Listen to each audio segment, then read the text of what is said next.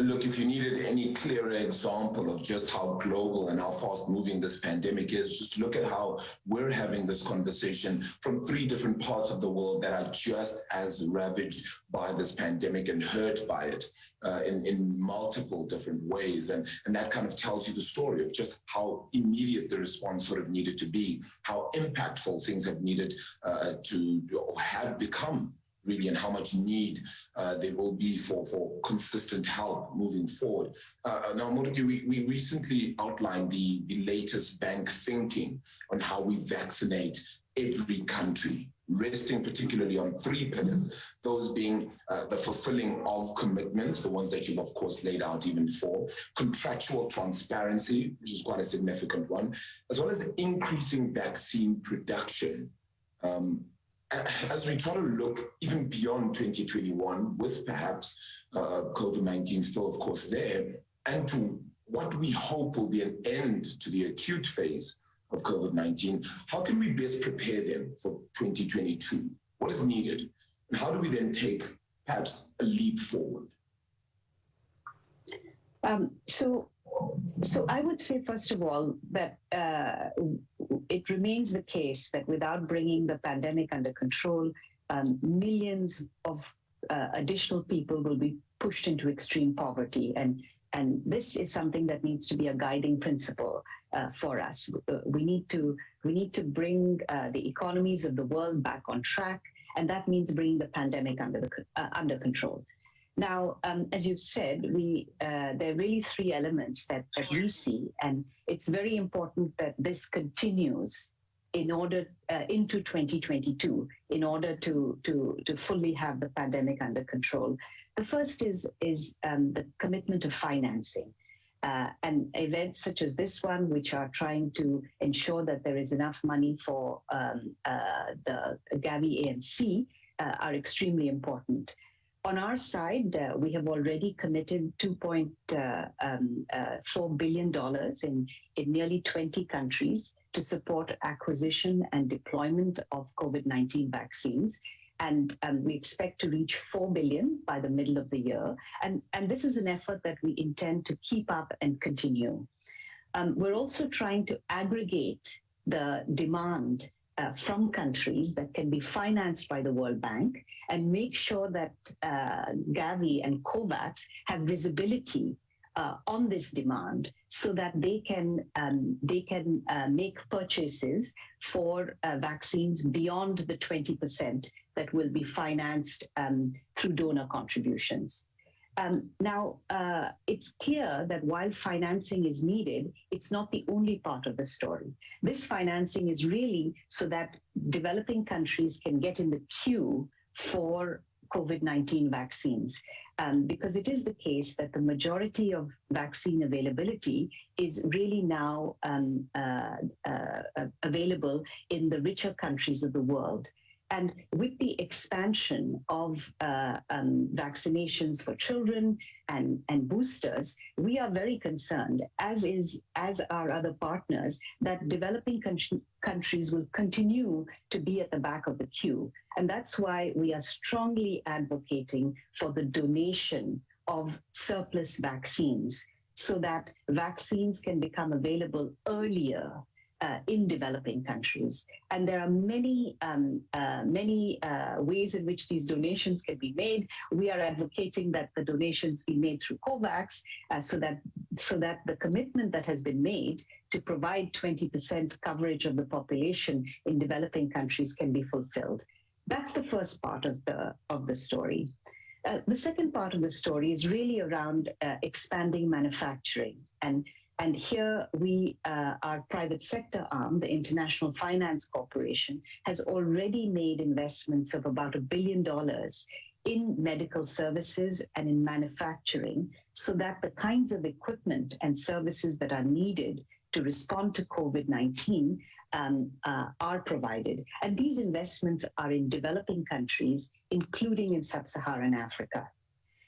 In addition to the $1 billion or so investments that have been made, they have a $4 billion platform that they are further putting to the service of developing countries. IFC is also looking to make early investments, at-risk investments in promising medical technologies, including vaccines and medical services, to alleviate the worldwide shortage of vaccines. The final point I would make is really around transparency. And here we've been advocating that governments, manufacturers, agencies that are involved in the production and the delivery of vaccines really be very transparent about what capacity has been installed and is available, and what doses have been contracted. I think this allows for much greater clarity on what supply is available, what has been contracted, and what remains. And that's why with Gavi, with UNICEF, WHO, Global Fund, we engaged in producing assessments of readiness for vaccine deployment. We've done this in over 140 countries in partnership with the countries. And it's extremely important that countries work on being ready to deploy vaccines. Very quickly then, Mamta, if you will, how can the bank and Gavi or COVAX then leverage innovative financing upfront in order to tackle the issue at hand, in summary, you think? I would say that we've learned a lot through this crisis response. We've learned that prevention is better than cure. If a country and the international community is prepared, it's much easier to respond. That's the first thing I would say. So investment in preparation and in preparedness. The second thing we've learned is that a crisis response has to be multi-sectoral. So it starts with a One Health approach, right? We have to look at animal health and human health and health of the environment. After all, we're talking about a zoonotic disease that leapt from animals to humans. So being prepared in terms of monitoring, surveillance, treatment. But we need to also go and think about resilience of systems. We need to support education systems in such a way that they can be resilient to a lockdown. We need to make sure that countries are in a position to provide cash benefits to people in the event of a lockdown. We need infrastructure, especially digital infrastructure, to make sure that countries can respond to a future pandemic. So I would say that preparation, cross-sectoral support, and making sure that there is financing that can be triggered and can surge in response to a pandemic is what is needed. We have some experience doing this at the World Bank, and we'd be very happy to make this expertise available to all as we discuss how to fight this pandemic and how to be better prepared for the next one. All right, Mamta, thank you so much for that. Really, really appreciate it. I think the conversation kind of tells you exactly where we need to go, and the sense of urgency does definitely come through.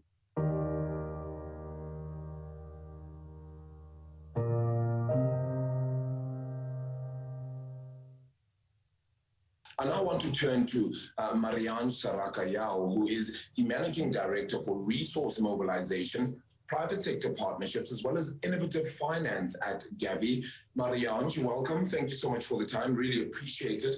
I suppose I can start off with you by then just noting out how Gavi has been a central investor in immunization programs since 2000. In doing this, it has developed a number of particularly innovative instruments that allow donors to front load their impact and investment. Are the existing financial instruments that are available to you adequate for the task of funding the COVAX AMC, or is perhaps further innovation in particular needed? Thank you, Arabile. Over its existence, Gavi has actually developed two innovative finance instruments that have proved extremely useful in our response to the pandemic. First, the Advanced Market Commitment Against Pneumonia, which was developed almost 10 years ago, allowed us really to jumpstart vaccine production and the availability of vaccines for low and middle income countries. It was actually the first time that we were able to provide a vaccine at the same time in low middle income countries as in higher economies. So thanks to that experience, we actually were able to bring this AMC at a larger scale and called it the Gavi COVAX AMC. And from there, we were able to jumpstart our response, and the vaccine that you saw delivered in February in low and middle income countries were actually really dependent on that early start from the AMC. The second instrument that has proved invaluable from what we hear from donors are the vaccine bonds. These vaccine bonds allow us to use donor commitments over a long period, let's say 20 years, and we are able to go today to the capital markets and cash these bonds and are able then to buy vaccines.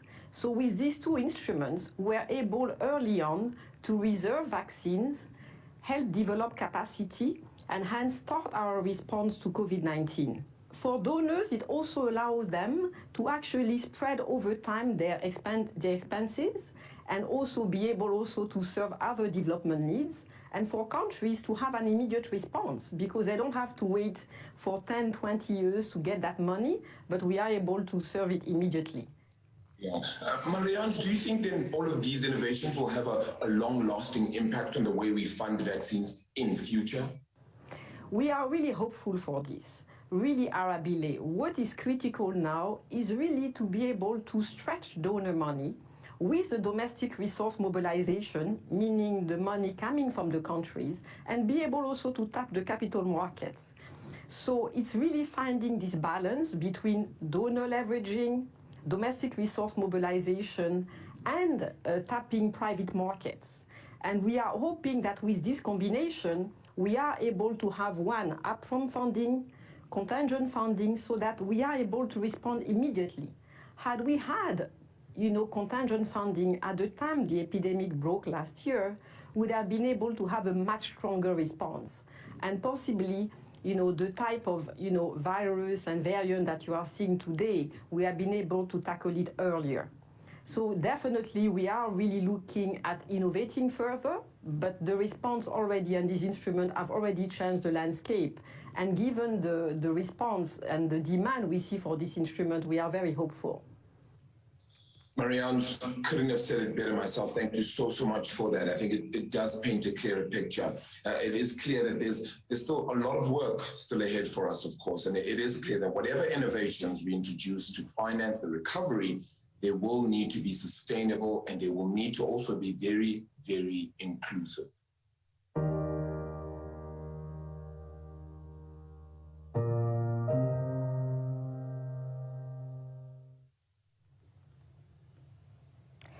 Well, thank you both. Marianne, you did emphasize the need for funding and innovative financing and the urgency, therefore, as we prepare for 2022. You know what? This really resonates with me, and I'm sure it will with many in the audience too.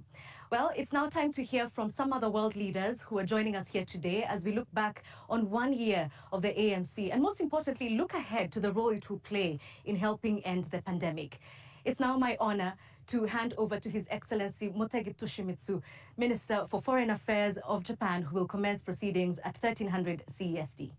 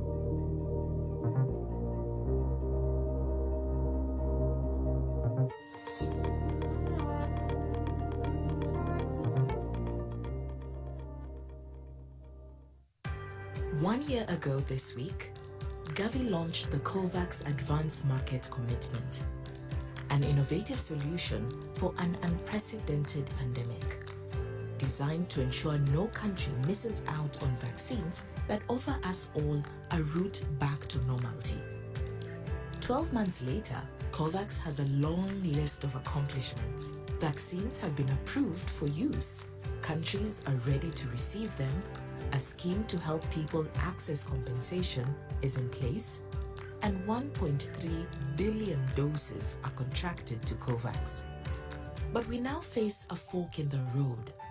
Down one road lies a two-tier world in which the pandemic continues to rage, economies continue to be hit, the vulnerable are thrown into extreme poverty, and variants continue to evolve. The COVAX AMC can help put us on another path in which we defeat this virus together, united. But to do this, the AMC needs urgent resources. It needs long-term financing to help the AMC evolve as the pandemic evolves.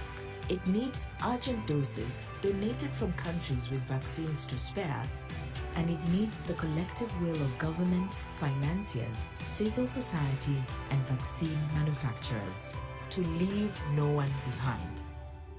COVAX is committed to deliver.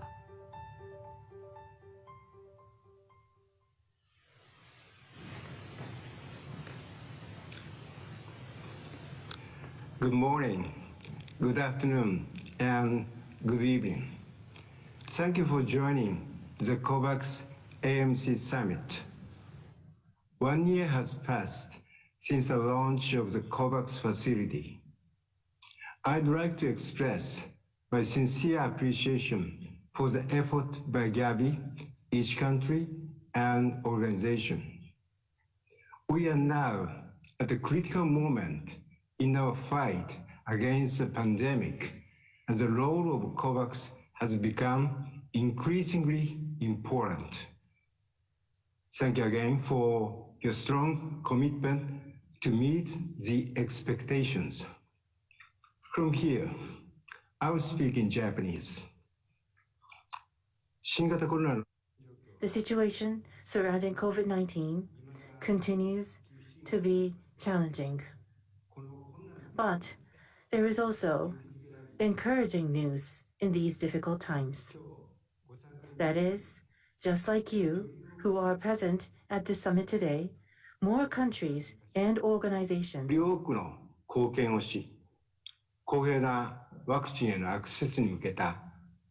towards the goal of ensuring equitable access to vaccines. In April, the US government and Gavi co-hosted the Gavi COVAX One World Protected event, which raised around $350 million. I would like to express my respect for the leadership of the US government in this regard. As participants in COVAX, we are committed to securing 1.6 billion doses of vaccines to cover 30% of the population of AMC-eligible economies and to delivering them to those who are waiting for vaccines in the world.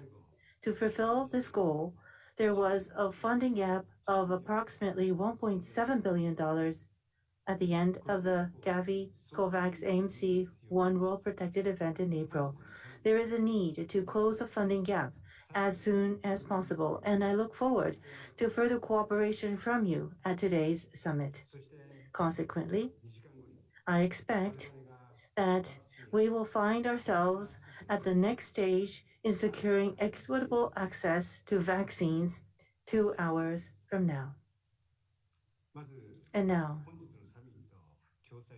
I have the great pleasure of introducing the co-host of today's summit, His Excellency Mr. Suga Yoshihide, Prime Minister, to deliver the opening address. Excellencies, distinguished guests, ladies and gentlemen, thank you very much for your participation in the COVAX AMC Summit today. I would like to extend a very warm welcome to all of you. I am very honored to co-host this summit together with His Excellency Professor Jose Manuel Barroso, Gavi Board Chair, First, I would like to express my heartfelt condolences for those who have passed away due to the COVID-19 pandemic. I would also like to express my deepest respect for all health and medical professionals who are at the forefront of the fight against the pandemic. Every country is doing its utmost to tackle the pandemic, but the battle has been slow, experiencing alternating periods of progress and retreat.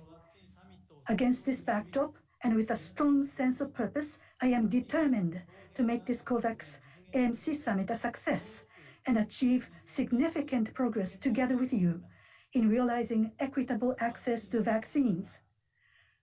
We must not allow a country's specific situation or economic power to determine its access to vaccines. Based on this belief, the COVAX facility was launched last year in order to realize equitable access to vaccines everywhere in the world, including in developing countries.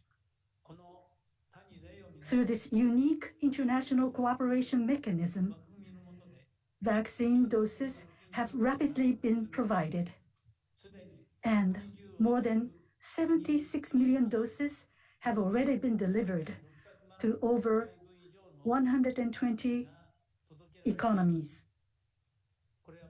This is an unprecedented achievement by the international community working together.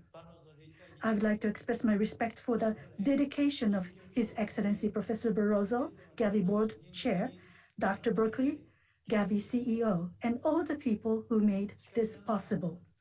However, in order to overcome the crisis we now face, we need further solidarity and commitment. More than a year has passed since the COVID-19 pandemic began. Now, over 170 million people have been infected, and of those, over 3.5 million lost their lives. COVID-19 continues to have a tremendous impact on social and economic activities of each country. In order to deliver more doses of vaccines, which is the key to overcoming this critical phase of the pandemic, contributions in both forms of additional funding and those sharing from countries that have already secured many doses are essential. Furthermore, with a view to achieving universal health coverage guided by the principle of human security, Japan fully supports efforts to ensure equitable access to safe and effective vaccines for as many people as possible. I would like to invite you to take a firm step forward today to secure 1.8 billion vaccine doses to protect nearly 30% of the population in AMC-eligible economies.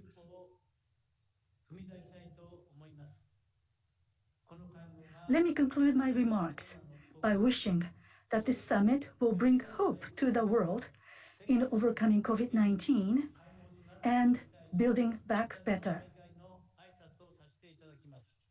Thank you very much for your attention. Thank you, Prime Minister Suga. The next speakers are UN Secretary General Antonio Guterres and President Ursula von der Leyen of the European Commission. Secretary General Guterres will now address. Good morning, good afternoon, and good evening. I thank His Excellency Yoshihide Suga, Prime Minister of Japan, and José Manuel Barroso, Chair of the Gavi Board, for hosting this critical COVAX Advanced Market Commitment Summit. And I thank everyone attending for your commitment and solidarity. Vaccines, together with public health measures, offer real hope of bringing the COVID-19 pandemic under control. But the pandemic will not be over anywhere until it is over everywhere. And that means getting vaccines to every country as quickly and equitably as possible. To date, 10 countries have administered more than 75% of all COVID-19 vaccines. But in poorer countries, even health workers and people with underlying conditions cannot access them. This is not only manifestly unjust, it is also self-defeating. It's not too late to turn the situation around. Today's meeting is at the heart of efforts to secure a sustainable vaccine supply that is shared equitably. Global leaders from China to Europe and the United States have talked of waging war against the virus. I fully agree. That means mobilizing the global economy and putting it on a war footing to finance the fight. The ACT Accelerator and its COVAX Advanced Market Commitment is one of the best weapons we have, a tried and tested way to get vaccines to low-income countries. COVAX has already delivered over 72 million doses to 125 countries. But that is far less than 172 million it should have delivered by now. With an additional $1.6 billion, COVAX could deliver up to 1.8 billion doses to low and middle income countries this year. This is the game changer we need to get ahead of the pandemic. I also urge countries to share vaccines through COVAX immediately to cover interruptions in supply. We need a true vaccination plan.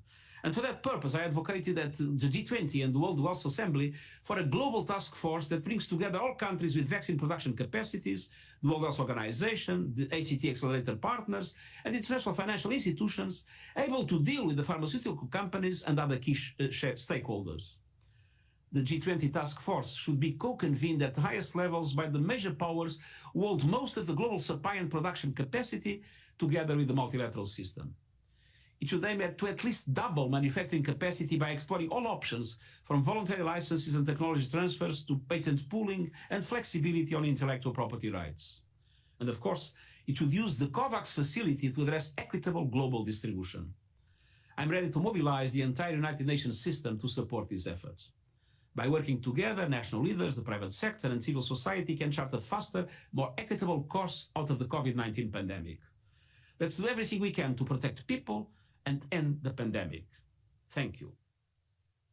Prime Minister Suga, dear Yoshihide, thank you for hosting this important summit.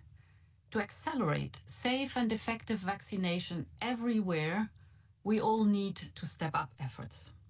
Therefore, I appreciate that leaders at the G20 Global Health Summit in May committed to working closely together. This is the only way to get out of the current crisis and to prevent a new pandemic. COVAX plays a central role in this. Europe is investing in COVAX both financially and by sharing vaccines, because we believe this is the best way to ensure universal, fair and affordable access to COVID-19 vaccines. Our common goal is to leave no one behind. That we promised more than 1 year ago when we launched COVAX, and this is still true today. Team Europe has been a lead supporter of COVAX since the start. More than 1/3 of COVAX funding comes from Team Europe. The European Union has mobilized 2.8 billion euros so far. I'm glad that others have joined our efforts. COVAX has delivered over 71 million doses in 125 countries to date, including to countries like Afghanistan or Yemen, where there is little chance of vaccines arriving without COVAX. This shows the strength of multilateralism and collective solutions. But there is still a lot of work to be done.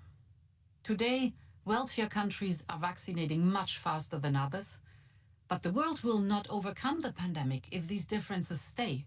No one will be safe until everyone is safe. Team Europe has just committed to donate at least 100 million doses to low and middle income countries by the end of the year. Most of these will be delivered through COVAX.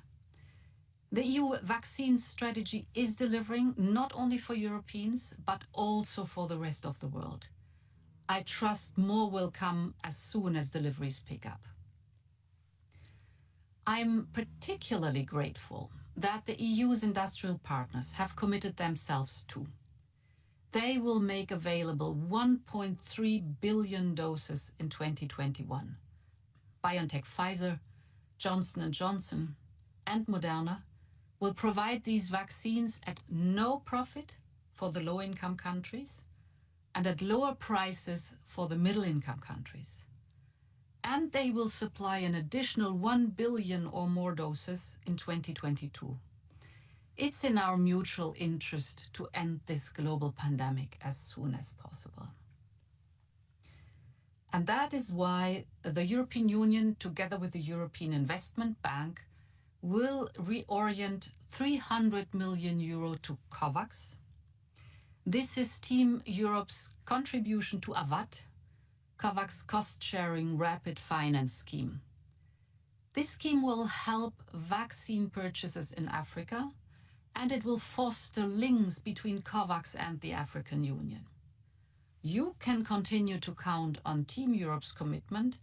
We are here for the long haul. We are here until we end the pandemic everywhere. Thank you very much. Thank you, Secretary General Guterres and President von der Leyen. Obrigado. Dankeschön. The next speakers are Prime Minister Erna Solberg of Norway, President Paul Kagame of Rwanda, and Vice President Kamala Harris of the United States of America. Prime Minister Solberg, you have the floor. Excellencies, ladies and gentlemen, friends.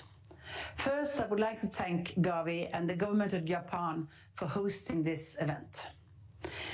To beat the pandemic, we need to speed up COVID-19 vaccination. Vaccination coverage is currently lowest in the poorest countries.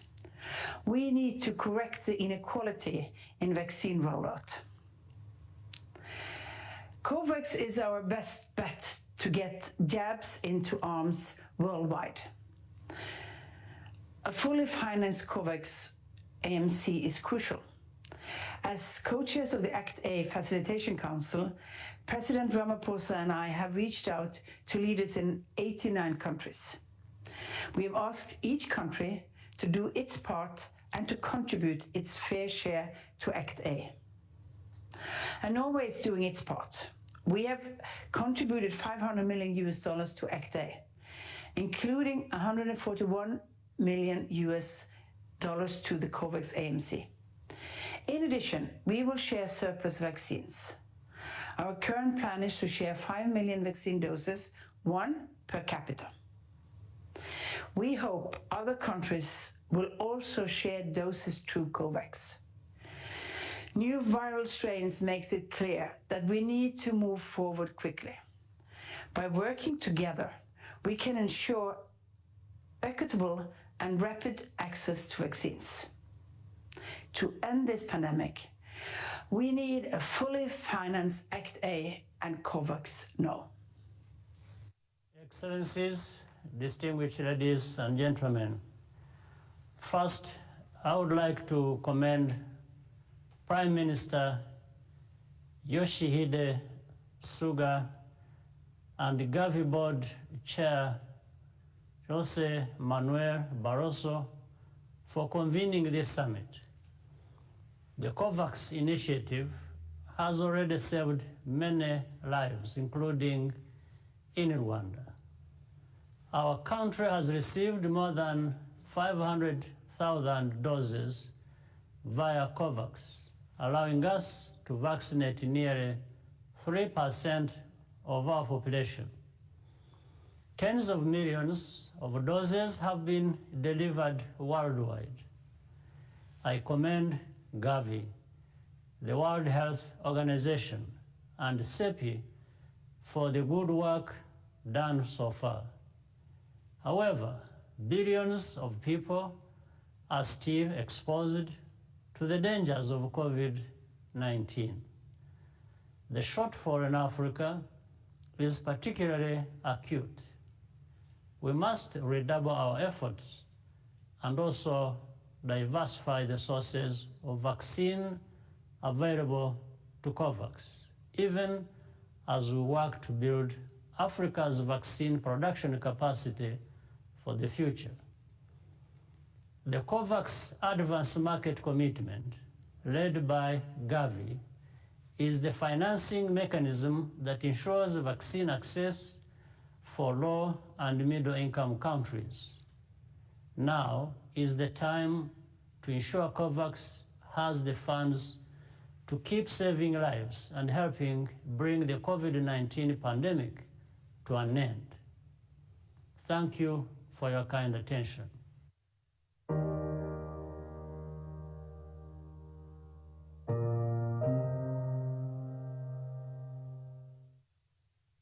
Greetings to your excellencies, distinguished colleagues, and esteemed leaders of the international community. I want to extend my gratitude to Prime Minister Suga and Gavi, the Vaccine Alliance, for convening this summit. The global pandemic has made it clear that our world is interconnected, our world is interdependent, our world is fragile. And if we didn't know already, we now know. Our collective future depends on our collective response to the global crises. Today, we have safe and effective vaccines that are working to prevent the spread of COVID-19. And the challenge before us is to provide equal access. COVAX was established to make sure these life-saving vaccines get to every nation. That is why so many of the leaders gathered here have committed to support COVAX. Thank you all. At the One World Protected virtual event in April, we raised $386 million for COVAX. Since then, global leaders from the public and private sectors have raised $700 million more. For our part, the United States has contributed $2 billion to Gavi for COVAX, and we have pledged an additional $2 billion through 2022. At this summit, we hope to raise enough for COVAX to secure the supply it needs to vaccinate people in need. It is a big goal. It is an important goal. And today, I am asking leaders to help us meet this goal at this moment. Here's the truth. People are still contracting COVID-19. People are still dying every day. And that is why we must work together to get people vaccinated as quickly as possible in every nation throughout the world. It is a big job, and I know that our global community is up to it. Thank you all. Thank you, Prime Minister Solberg, President Kagame, and Vice President Harris. At the end of this opening session, we would like to have a few words from Professor Jose Manuel Barroso, Chair of the Gavi Board, who is co-hosting this event. I'd like to ask Professor Barroso to speak to us. Please. Thank you very much, Mr. Minister. Excellencies, ladies and gentlemen, as Chairman of the Gavi Board, I would like to welcome you and thank the government of Japan for hosting this summit today. Very special and sincere word of gratitude to Prime Minister Suga. His leadership and personal commitment to advance the COVAX facility are really outstanding. Under the leadership of Gavi, WHO, CEPI, and UNICEF, and with the support of 192 governments, this remarkable multilateral mechanism called COVAX aims to ensure that people of all countries have equitable access to COVID-19 vaccines, in particular, the 92 lower-income economies that would otherwise be unable to afford them. It's a model that works. With the first jabs administered to people in COVAX AMC countries in Africa just 83 days after people in high-income countries first started receiving them. As of today, vaccines have been rolled out to 126 countries, but these are only the first of at least 1.3 billion doses to be delivered through COVAX AMC in 2021. We urgently need to reach more people and reach them faster. We need more ambition to have one world protected. And this summit is a huge opportunity to accelerate access to COVAX doses to people in these 92 countries. It is the opportunity to make things right, to make history by galvanizing the support already expressed for COVAX. To do this, our task here today is very clear. We urgently need to raise an additional $2 billion to close the financing gap needed to accelerate access to 1.8 billion COVID-19 vaccine doses for people in lower-income economies. And we believe that together with sharing of surplus doses, this will be decisive to put an end globally to the acute phase of the pandemic by early next year. I thank you again, and I look forward to a successful summit today.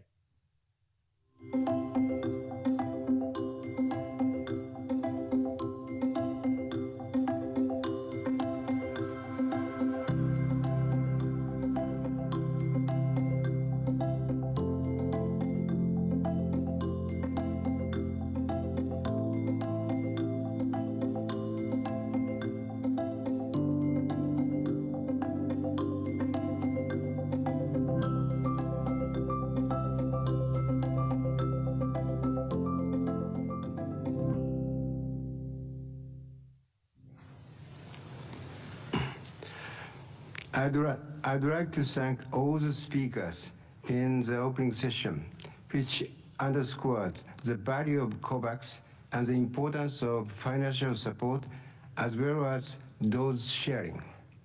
Let us move on to the session on 1-year anniversary of the COVAX Advanced Market Commitment. We have 6 distinguished speakers. I'd like to welcome representatives from international organizations. First, I'd like to ask Dr. Tedros, Director General of WHO, to speak to us. We will be followed by Ms. Henrietta Fore, Executive Director of UNICEF, Dr. Seth Berkley, CEO of Gavi, and Richard Hatchett, CEO of CEPI. Dr. Tedros, you have the floor. Thank you so much, Foreign Minister Motegi. Arigato gozaimasu. Excellencies, dear colleagues and friends. First, I would like to thank Japan and Prime Minister Suga for hosting this summit. And again, arigato gozaimasu. Japan is a steadfast leader on global health, from universal health coverage to COVID-19. A year ago, COVAX began as a groundbreaking global partnership, pooling risk and driving equity. So far, we have delivered almost 78 million doses to 127 countries and economies since February, from remote islands to conflict zones. But of the 1.8 billion vaccines administered globally, just 0.4% have been administered in low-income countries. This is ethically, epidemiologically, and economically unacceptable. At the World Health Assembly last week, I called for a massive global effort to vaccinate at least 10% of the population of every country by the end of September, and at least 30% by the end of the year. COVAX is key for achieving these targets. To achieve them, we need doses to be shared right now, today, through COVAX. We need COVAX to be fully financed to ensure a diverse portfolio that meets countries' needs. We need export restrictions to be lifted.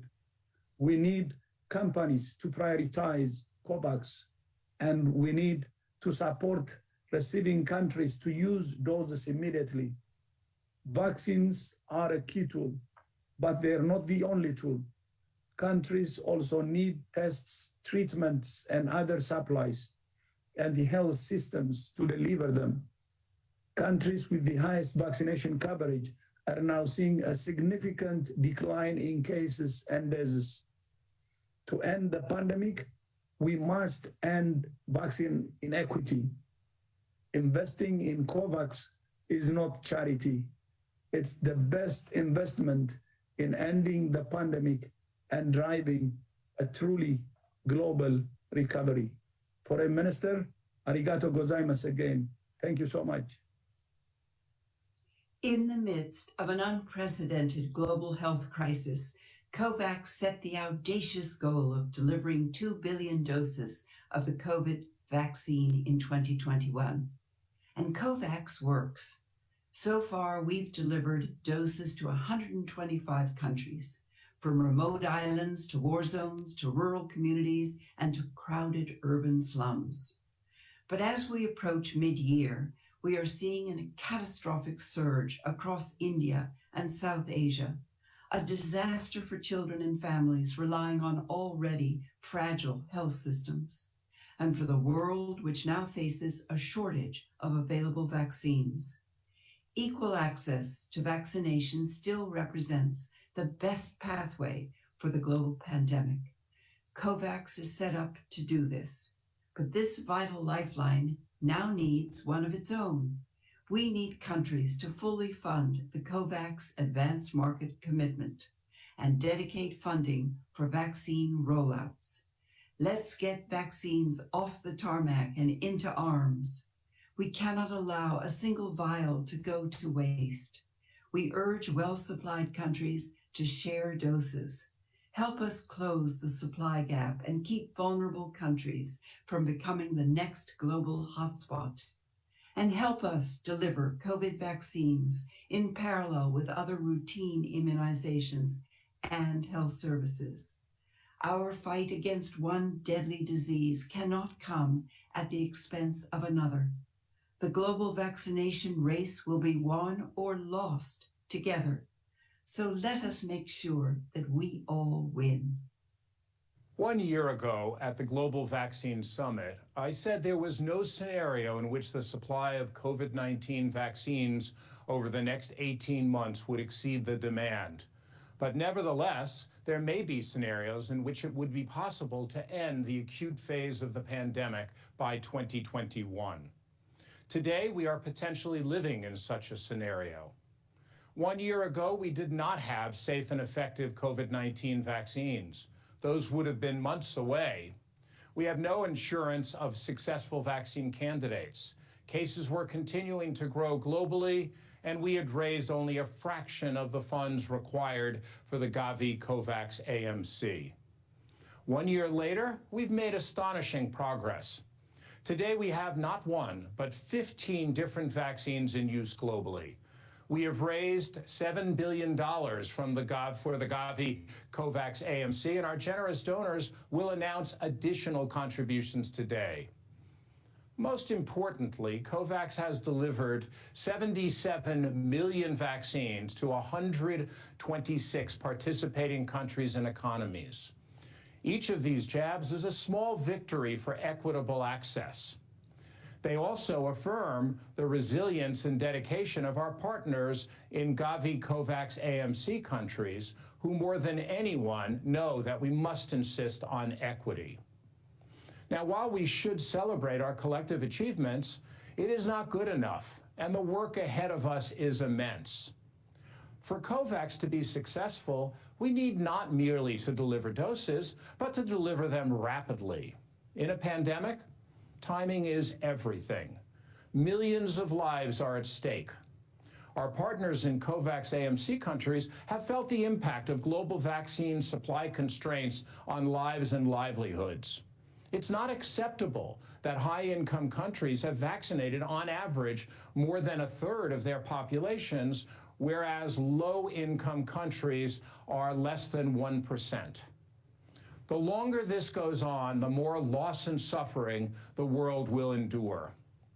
We now have a narrow window of opportunity, and we must redouble our efforts. On a global level, we need donors to finance the procurement of hundreds of millions of more doses. We need wealthy countries to share additional vaccines or allow COVAX to move up the manufacturing queue. And we need pharmaceutical companies to continue to share technologies with one another to scale up production. On a local level, we must continue coordinating with AMC countries to strengthen delivery systems. And we need to continue building trust so that people know that COVAX-delivered vaccines are safe and effective. In my remarks 1 year ago, I also said that ending the acute phase of this pandemic should be the highest priority of all countries. This continues to be true today. As wealthy countries begin a return to fuller economic activity, we cannot forget that ignoring the pandemic elsewhere is equivalent to saying your side of the boat is sinking. We need to end the pandemic together as one global community. Thank you, Prime Minister Suga, for Japan's great leadership in promoting vaccine equity. And thank you to everyone who is working tirelessly to save lives and protect the future.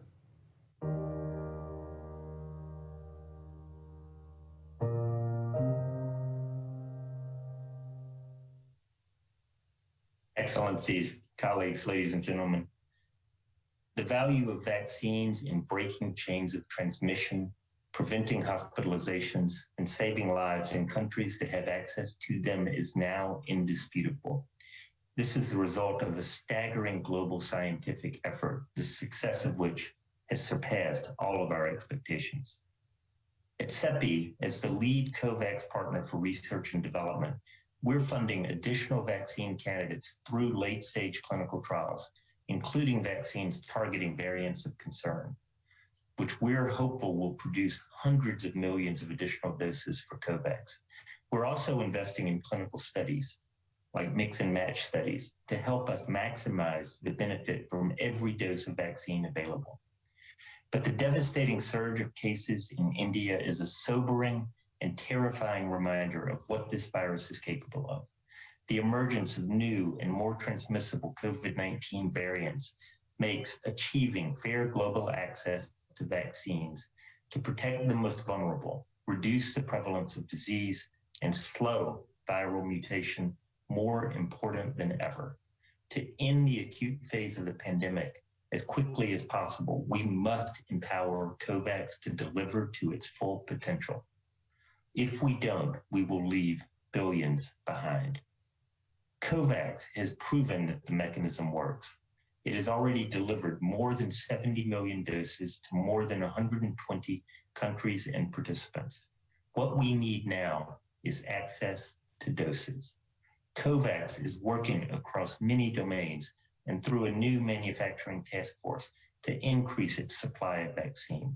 And today, we are calling on the global community to help COVAX deliver to its full potential by sharing doses urgently, unblocking supply chains, and crucially, enabling COVAX to buy more doses now for low-income countries by fully funding the advanced market commitment.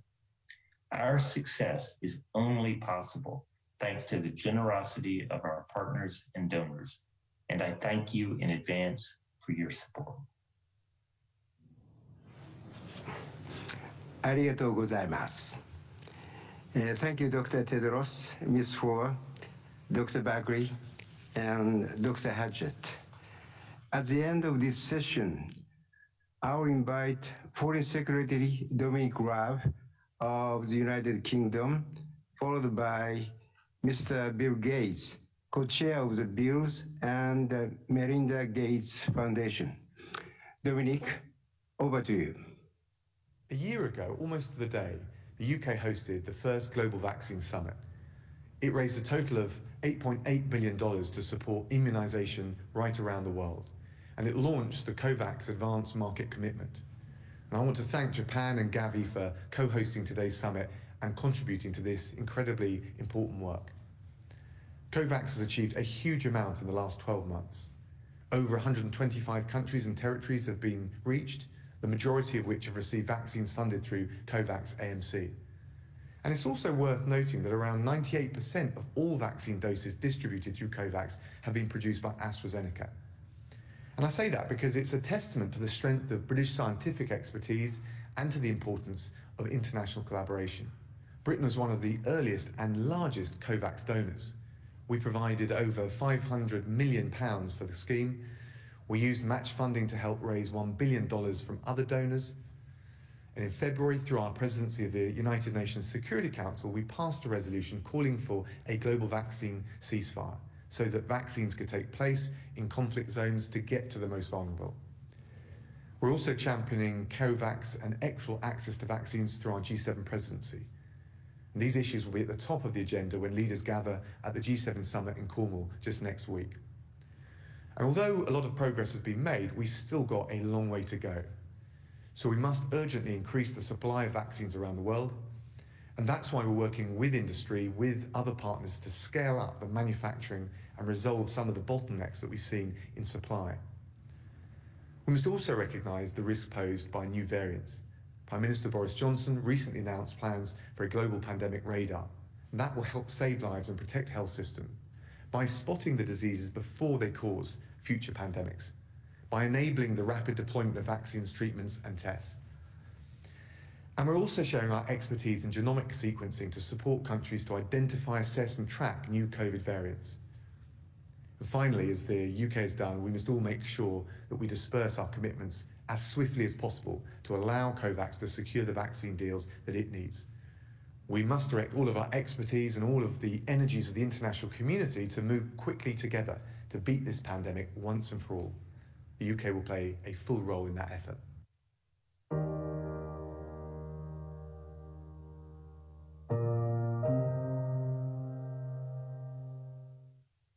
Hello, everyone.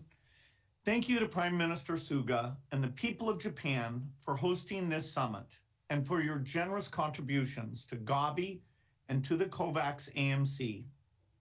Japan was one of the first nations to join COVAX and has been a strong champion of universal health coverage. Thank you. Also, thanks to everyone for supporting COVAX at this critical moment.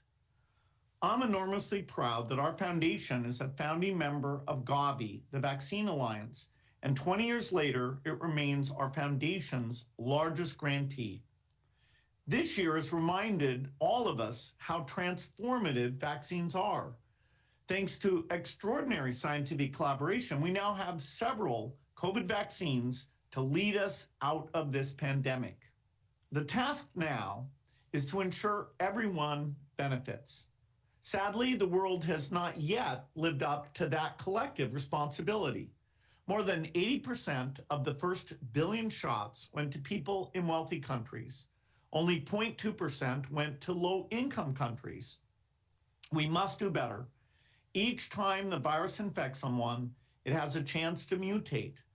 No one is completely safe from COVID-19 until everyone has the same access to vaccines. That's why our foundation has committed over $250 million to support COVID-19 vaccine research and the COVAX AMC. And we've also provided at-risk funding to accelerate manufacturing even before we knew which vaccines would work.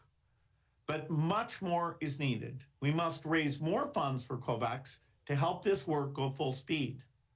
High-income countries have reserved more vaccines than they need. So without compromising their own domestic vaccination efforts, these countries can be part of the effort to accelerate global vaccine access by sharing the excess doses. I encourage these nations to be bold and commit as soon as possible to sharing over 1 billion doses in 2021, mostly through Gavi's COVAX AMC. For countries introducing the vaccines, we need your public health champions to mobilize and ensure that delivery systems are in place to reach everyone. Reaching everyone with vaccines, no matter where they live, is a cornerstone for our foundation, and we will continue to support innovative R&D and effective delivery models. We also hope to see more global manufacturing capacity that is not concentrated in just a few countries. Vaccines do so much good. Let's make sure everyone benefits from them. Thank you.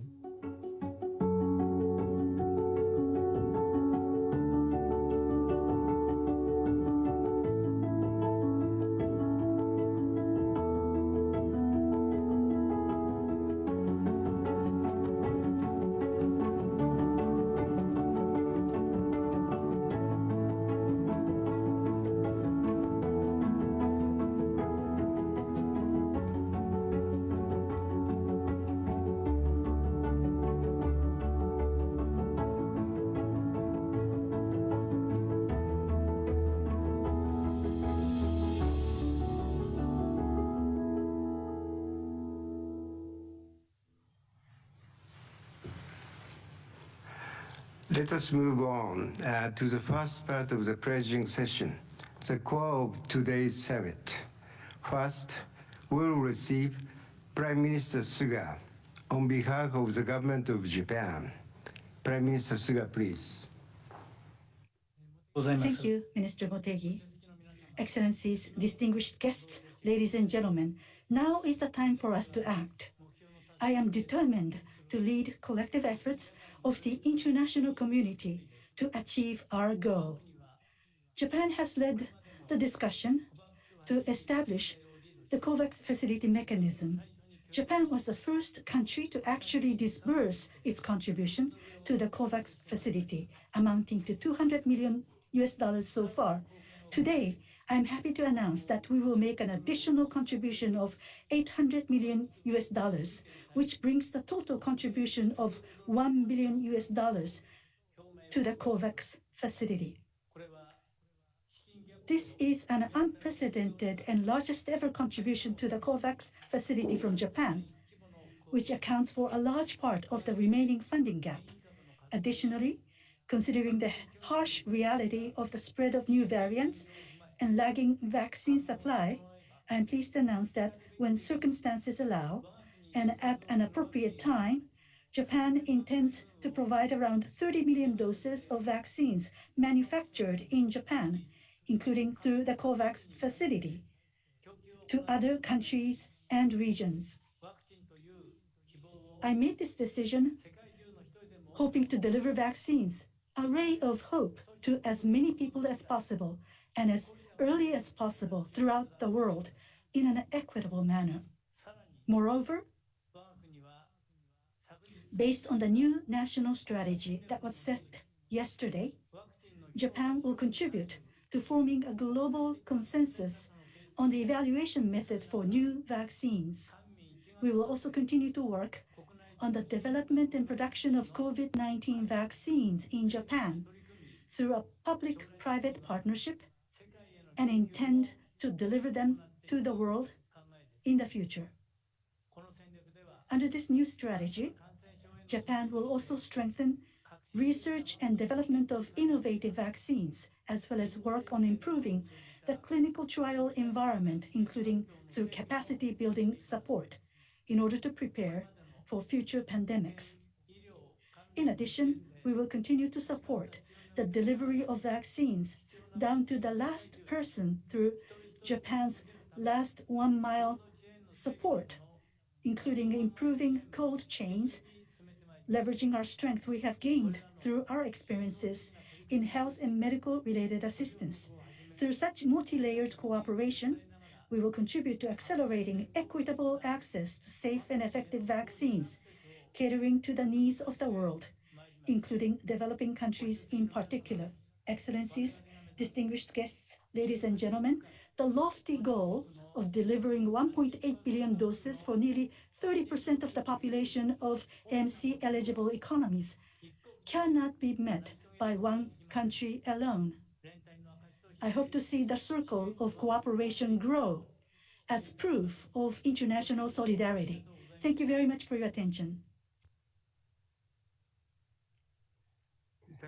Thank you, Prime Minister Suga. Now, I'd like to open the floor to statements from other countries. First, I will invite President Palmeran of the Swiss Confederation, followed by Prime Minister Morrison of Australia and President Sanchez of Spain. President Palmeran, you have the floor. Excellencies, ladies and gentlemen, 1 year ago, a few months into the global pandemic, we came together to support the development of safe and effective vaccines to be available worldwide. This investment in multilateral cooperation in science and in innovation has achieved unprecedented progress. However, setbacks caused by emerging variants are a constant reminder that we must act faster. Since the beginning of the crisis, Switzerland has been committed to finding global solutions for a rapid, affordable, and equitable access to COVID-19 vaccines, diagnostics, and medicines. Switzerland was among the early contributors to the ACT Accelerator, including for the launch of the COVAX Advanced Market Commitment, AMC. It is my pleasure to announce that as part of the Swiss Federal Council's recent decision to contribute an additional $330 million to the ACT Accelerator, Switzerland will dedicate almost $140 million to the COVAX AMC. Further $20 million have been allocated to the International Organization for Migration, UNICEF, and the International Federation of Red Cross and Red Crescent Societies to support the distribution of vaccines, tests, and treatments so as to make sure that we also reach people in crisis zones and remote areas. Switzerland will continue engaging through multilateral cooperation to control the pandemic as soon as possible and to improve preparedness for future health crises. G'day everyone from here in Australia. It's wonderful to join with you, and I thank my very good friend, Prime Minister Suga and Gavi, for convening this important summit. Well done, Yoshi. Over the past 18 months, the world has faced the most profound health and economic crisis in generations. This is a global pandemic. It doesn't know politics, it doesn't know borders, and none of us will be truly safe until all of us are safe. So our highest priority must be to ensure that everyone, no matter who they are or where they live, can receive a safe, effective and affordable vaccine. We understand this in Australia. That's why we strongly support the COVAX AMC. Last August, we pledged 80 million Australian dollars to support its work delivering vaccines, which includes right here in our region. And today I'm delighted to announce a further $50 million contribution, bringing Australia's total support to $100 million. This will expand vaccine access for high-risk populations in lower and lower middle-income countries, including in our Southwest Pacific family and across Southeast Asia. And in my direct discussions with the leaders of those nations, they are indeed very appreciative of the work that COVAX has done to support their peoples in a time of great need. As well as our COVAX AMC commitments, we're investing 623 million Australian dollars to provide vaccine doses, technical advice, training for health workers, cold chain support to support countries across the Pacific and Southeast Asia. And this includes the $100 million support we have provided through our Quad partnership with Japan, the United States and India to develop 1 billion doses to Southeast Asia by 2022. And we've already distributed more than 125,000 Australian manufactured doses to our Pacific family and Timor-Leste, with many, many more to come. Of course, there's so much more to do. This global vaccine rollout is the largest in human history. It's possible only because of the dedication and professionalism of health and frontline workers around the world, and they have our deepest thanks and appreciation. Over coming months, these workers will be tested like never before, and we will strive to ensure that vaccine doses reach the world's most vulnerable people. Here in Australia, we're very proud to be playing our part, and we're especially proud to be doing it with our many, many friends around the world. But we're very proud to be especially working together with our great friends in Japan. And I want to thank again Prime Minister Suga for his leadership in this area.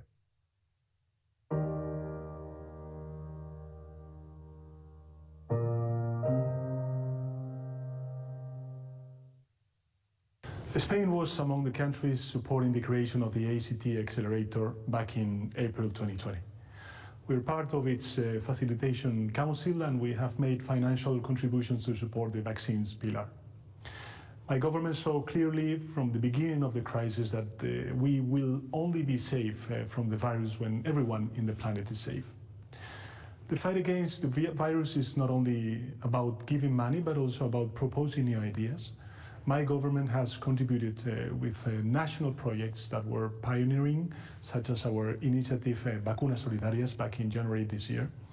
We have also supported very strongly the adoption by Europe as fast as possible of the EU vaccine sharing mechanism with several letters to the European Union institutions. A few weeks ago, we presented another international initiative, Vaccines for All, aiming at more flexible intellectual property rights, increased production and a broader distribution of vaccines.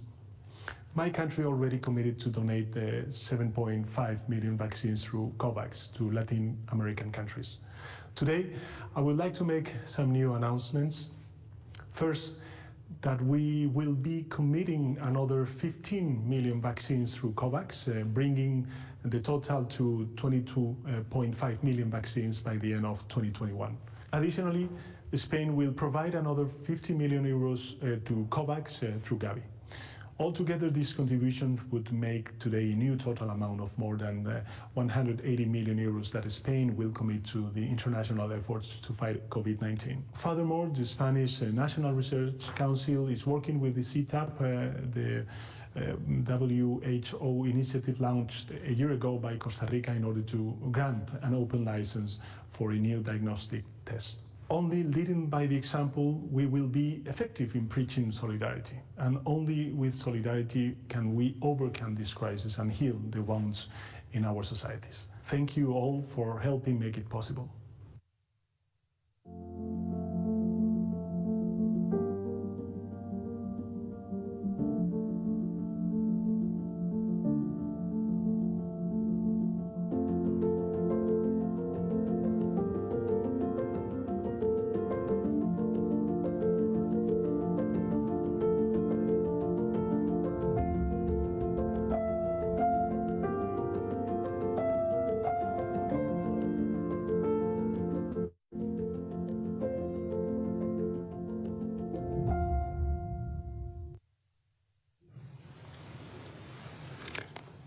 Gracias.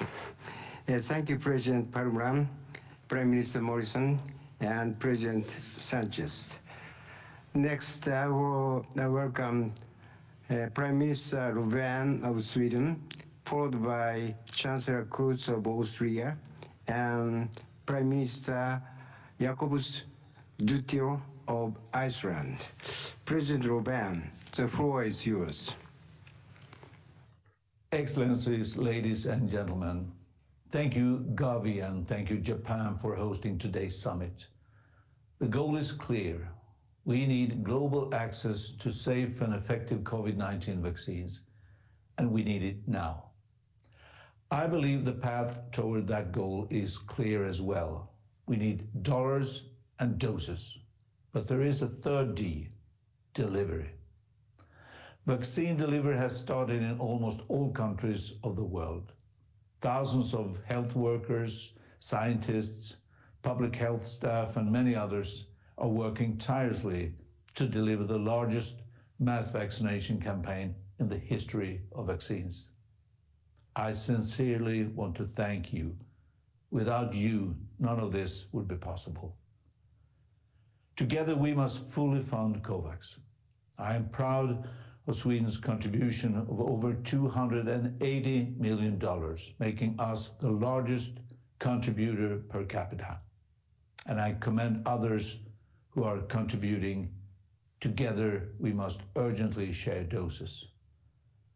Team Europe has committed to sharing at least 100 million doses this year, and I'm proud to announce that Sweden plans to contribute by increasing our previous donation commitment to a total of at least 3 million unearmarked doses to COVAX in 2021, including AstraZeneca, Johnson & Johnson, and Pfizer-BioNTech vaccines.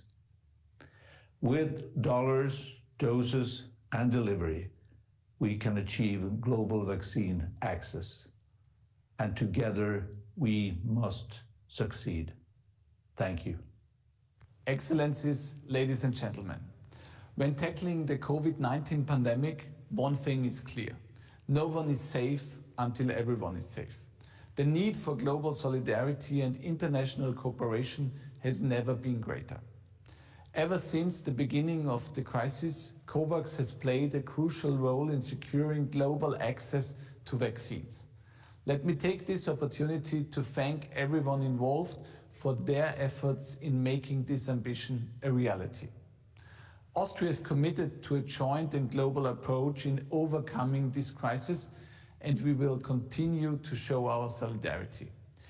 This is why I'm particularly proud today to announce that Austria will donate another 2.6 million euros to COVAX AMC, bringing our total contribution to 5 million euros.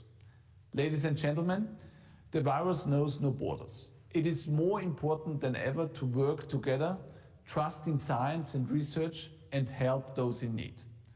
Austria stands ready to contribute to this global endeavor. Thank you for our good cooperation.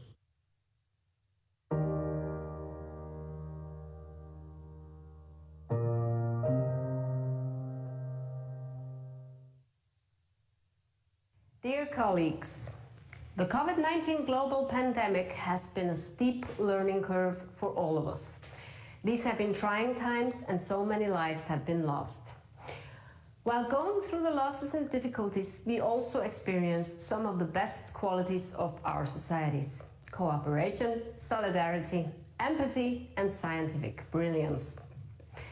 When the international community shares resources, knowledge, and ideas, we all benefit. The ACT Accelerator has played a key role in the development of COVID-19 tools, including securing over 2 billion doses of vaccines. In facing a global pandemic, we cannot exclude and neglect certain groups of people when it comes to vaccinations. Every country must do their share in correcting the imbalance in the access to COVID-19 vaccines, tests, and treatments. Closing the funding gap of the ACT Accelerator is key to the continued global efforts in guaranteeing fair and equitable access to vaccines for everyone. As women and girls continue to suffer disproportionately throughout the pandemic, gender equality must be ensured during the vaccine rollout. We must always make it our mission to safeguard the fundamental human rights of women and girls. In line with the objective of the ACT Accelerator, I am pleased to announce that Iceland will contribute 500 million Icelandic kronas, or 3.4 million euros, to COVAX AMC in 2021. This brings Iceland's total contribution to COVAX to over 1 billion Icelandic kronas. We have good reason to be optimistic about the future. The pandemic has illustrated the interconnectedness of the world and the importance of a healthy planet and shared responsibility.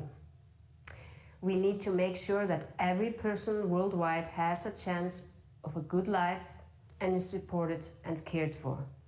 This is evident now, perhaps more evident than ever. Thank you all.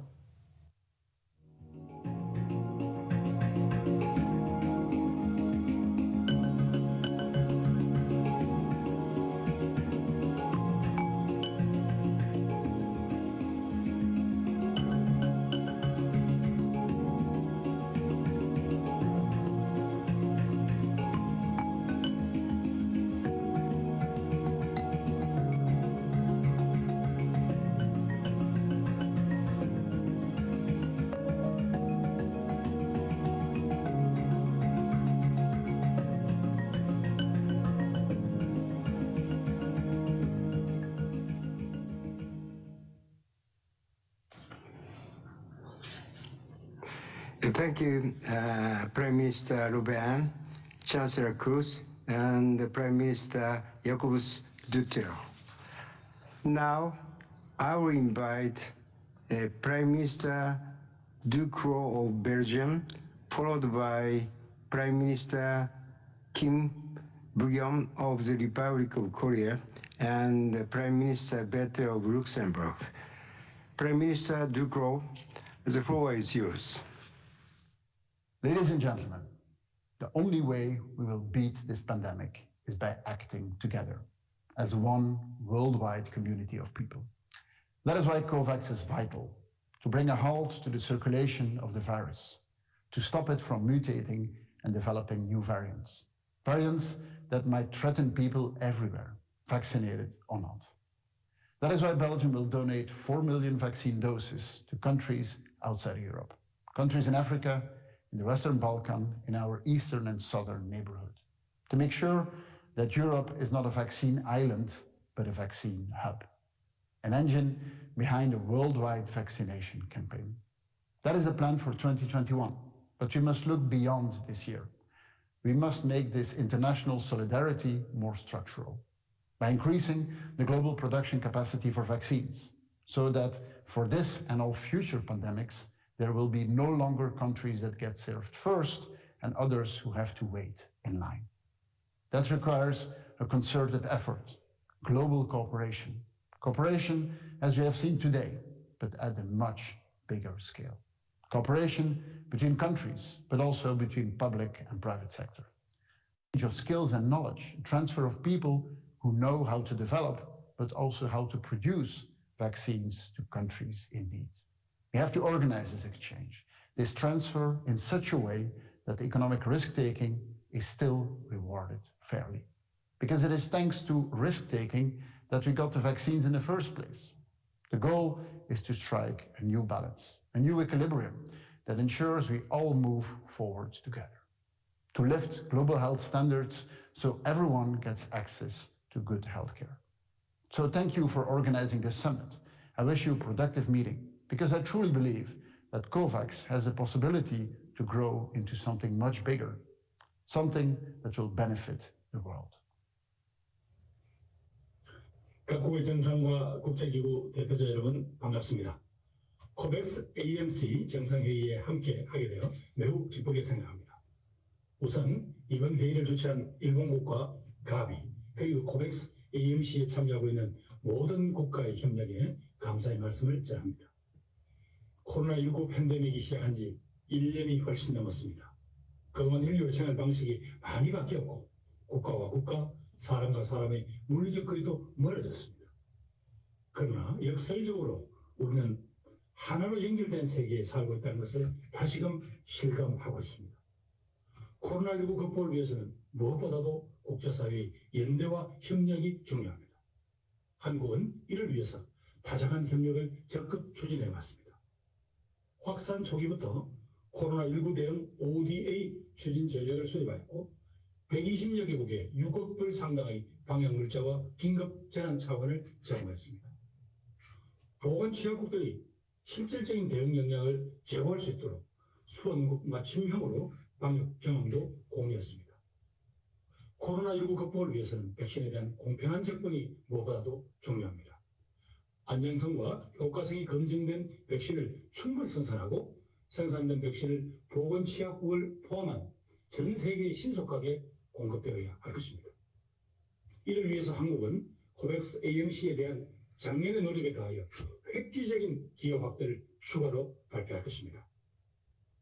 한국은 세계 최고 수준의 바이오 역량을 보유하고 있습니다.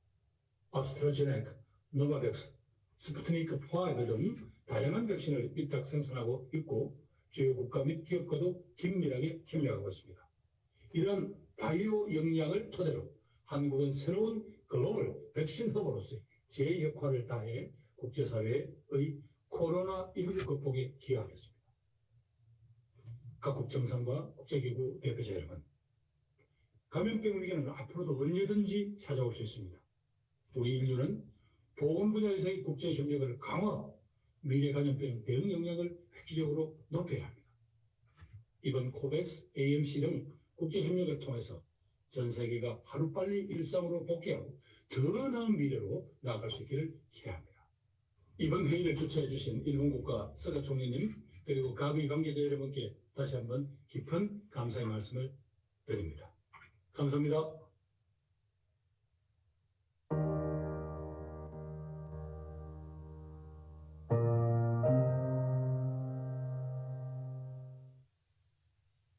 Dear colleagues, it's my great pleasure to join you at this very important COVAX summit, One World Protected.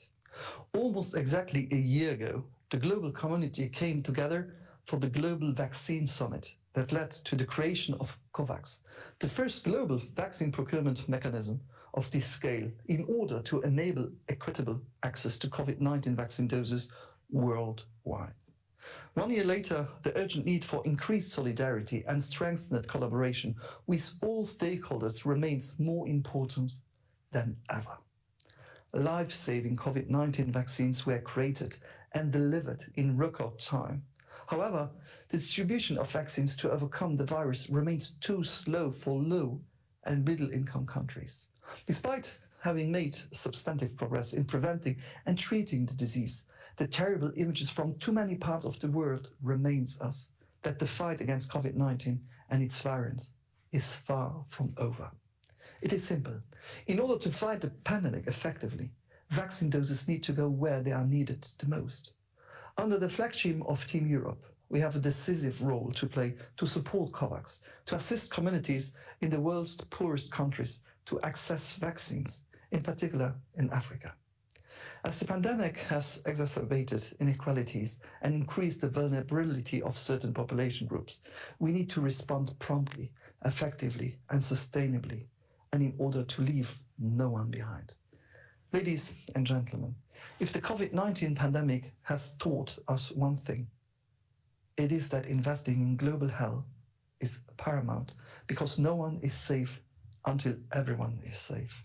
That is why I'm pleased to announce that our government, the government of Luxembourg, will double its contribution to the COVAX pillar with an additional €1 million. We will continue working together in order to find sustainable solutions and ensure equitable access to vaccines.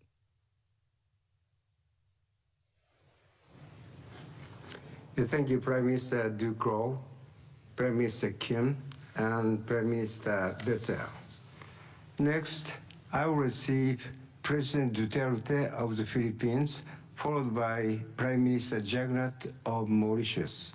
President Duterte, you have the floor. Prime Minister Suga, distinguished delegates, Mr. Barroso, Mr. Berkeley of Gavi, the Vaccine Alliance, Excellencies. The COVID-19 pandemic will only end once everyone has access to safe and effective vaccine. But to this day, access has not been universal. More than 82% of the vaccines have gone to the rich countries, while only less than 1% have gone to the low-income countries. This imbalance must be corrected, or there will be no real and inclusive global recovery to speak of. As both donor and recipient country, the Philippines counts on the COVAX AMC initiative to bring much-needed vaccines to developing countries. It is our moral responsibility to help each other and face this crisis with greater solidarity and urgency. Today, I am pleased to announce that as COVAX partner, the Philippines commits an additional of $1 million. While our modest contribution demonstrates our firm commitment to this global fight against COVID-19, it is our hope that many more countries will contribute. After this will be our collective investment for the world's people. We thank the Gavi Alliance and assure you of our unwavering support. Thank you.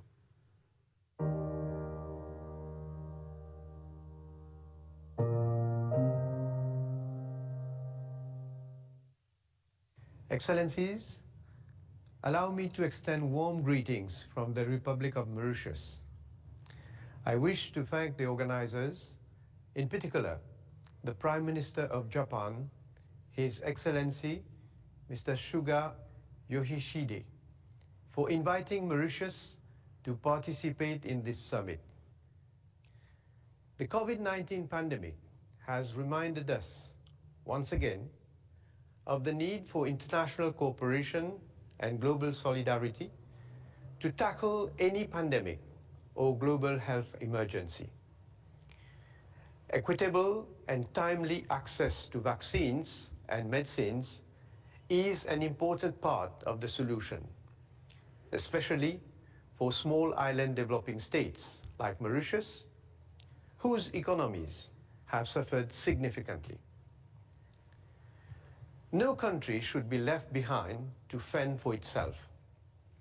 It is in this spirit that Mauritius made a contribution of $2,500 in June 2020 as a gesture of goodwill to support Gavi.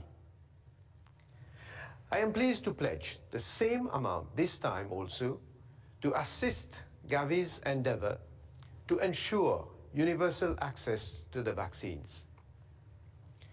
Aware that an increased vaccine production will lead to a reduction in the costs of vaccines, Mauritius joins other developing countries to support the TRIPS IP waiver proposal tabled by India and South Africa at the World Trade Organization.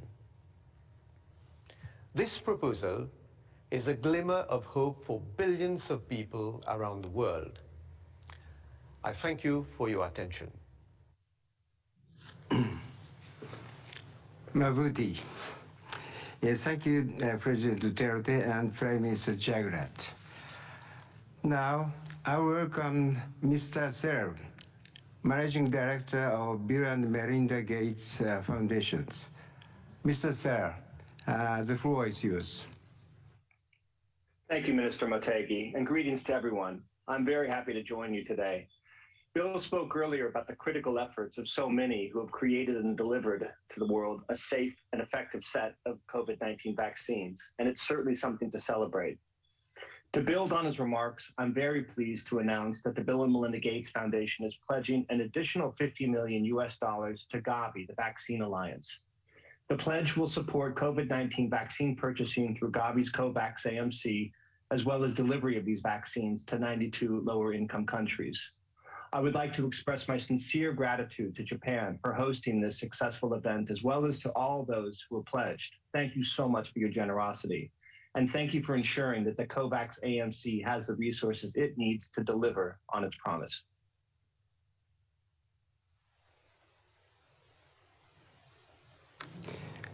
Thank you, Mr. Sarah, for your remarks and commitment. Thank you very much for the strong commitment by AMC donors. We are making good progress in reaching our goal of $8.3 billion. We'll have another pledging session later, but before that, we'll have the session on partnership with the private sector. Ms. Kimani will moderate the next session.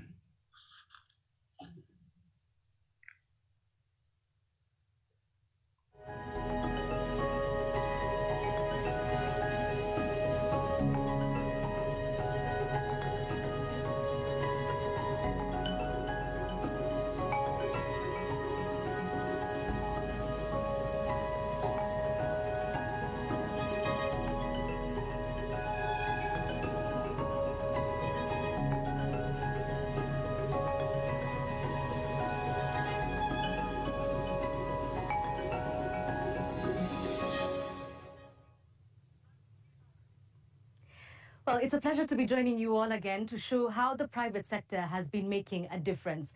Now, working with the private sector is really part of Gavi's DNA. And so building on this track record, Gavi is now partnering with corporations and foundations to bring that same resolve, commitment, and also expertise to COVAX AMC. And as you've seen, this pandemic has not only disrupted lives, but also livelihoods of millions around the world. The urgent need for vaccine equity is not only a moral issue, but an economic one. The private sector understands that the COVAX AMC represents the largest immunization campaign ever, and that it has a critical role to play in this global effort. So we're excited to highlight a few of the partners that are joining the COVAX AMC and the global effort to ensure vaccine equity. First up is Toyota Tsusho, a trading company of the Toyota Group. They joined COVAX with a contribution of 100 million Japanese yen and a partnership with Power to make transformational changes in vaccine delivery.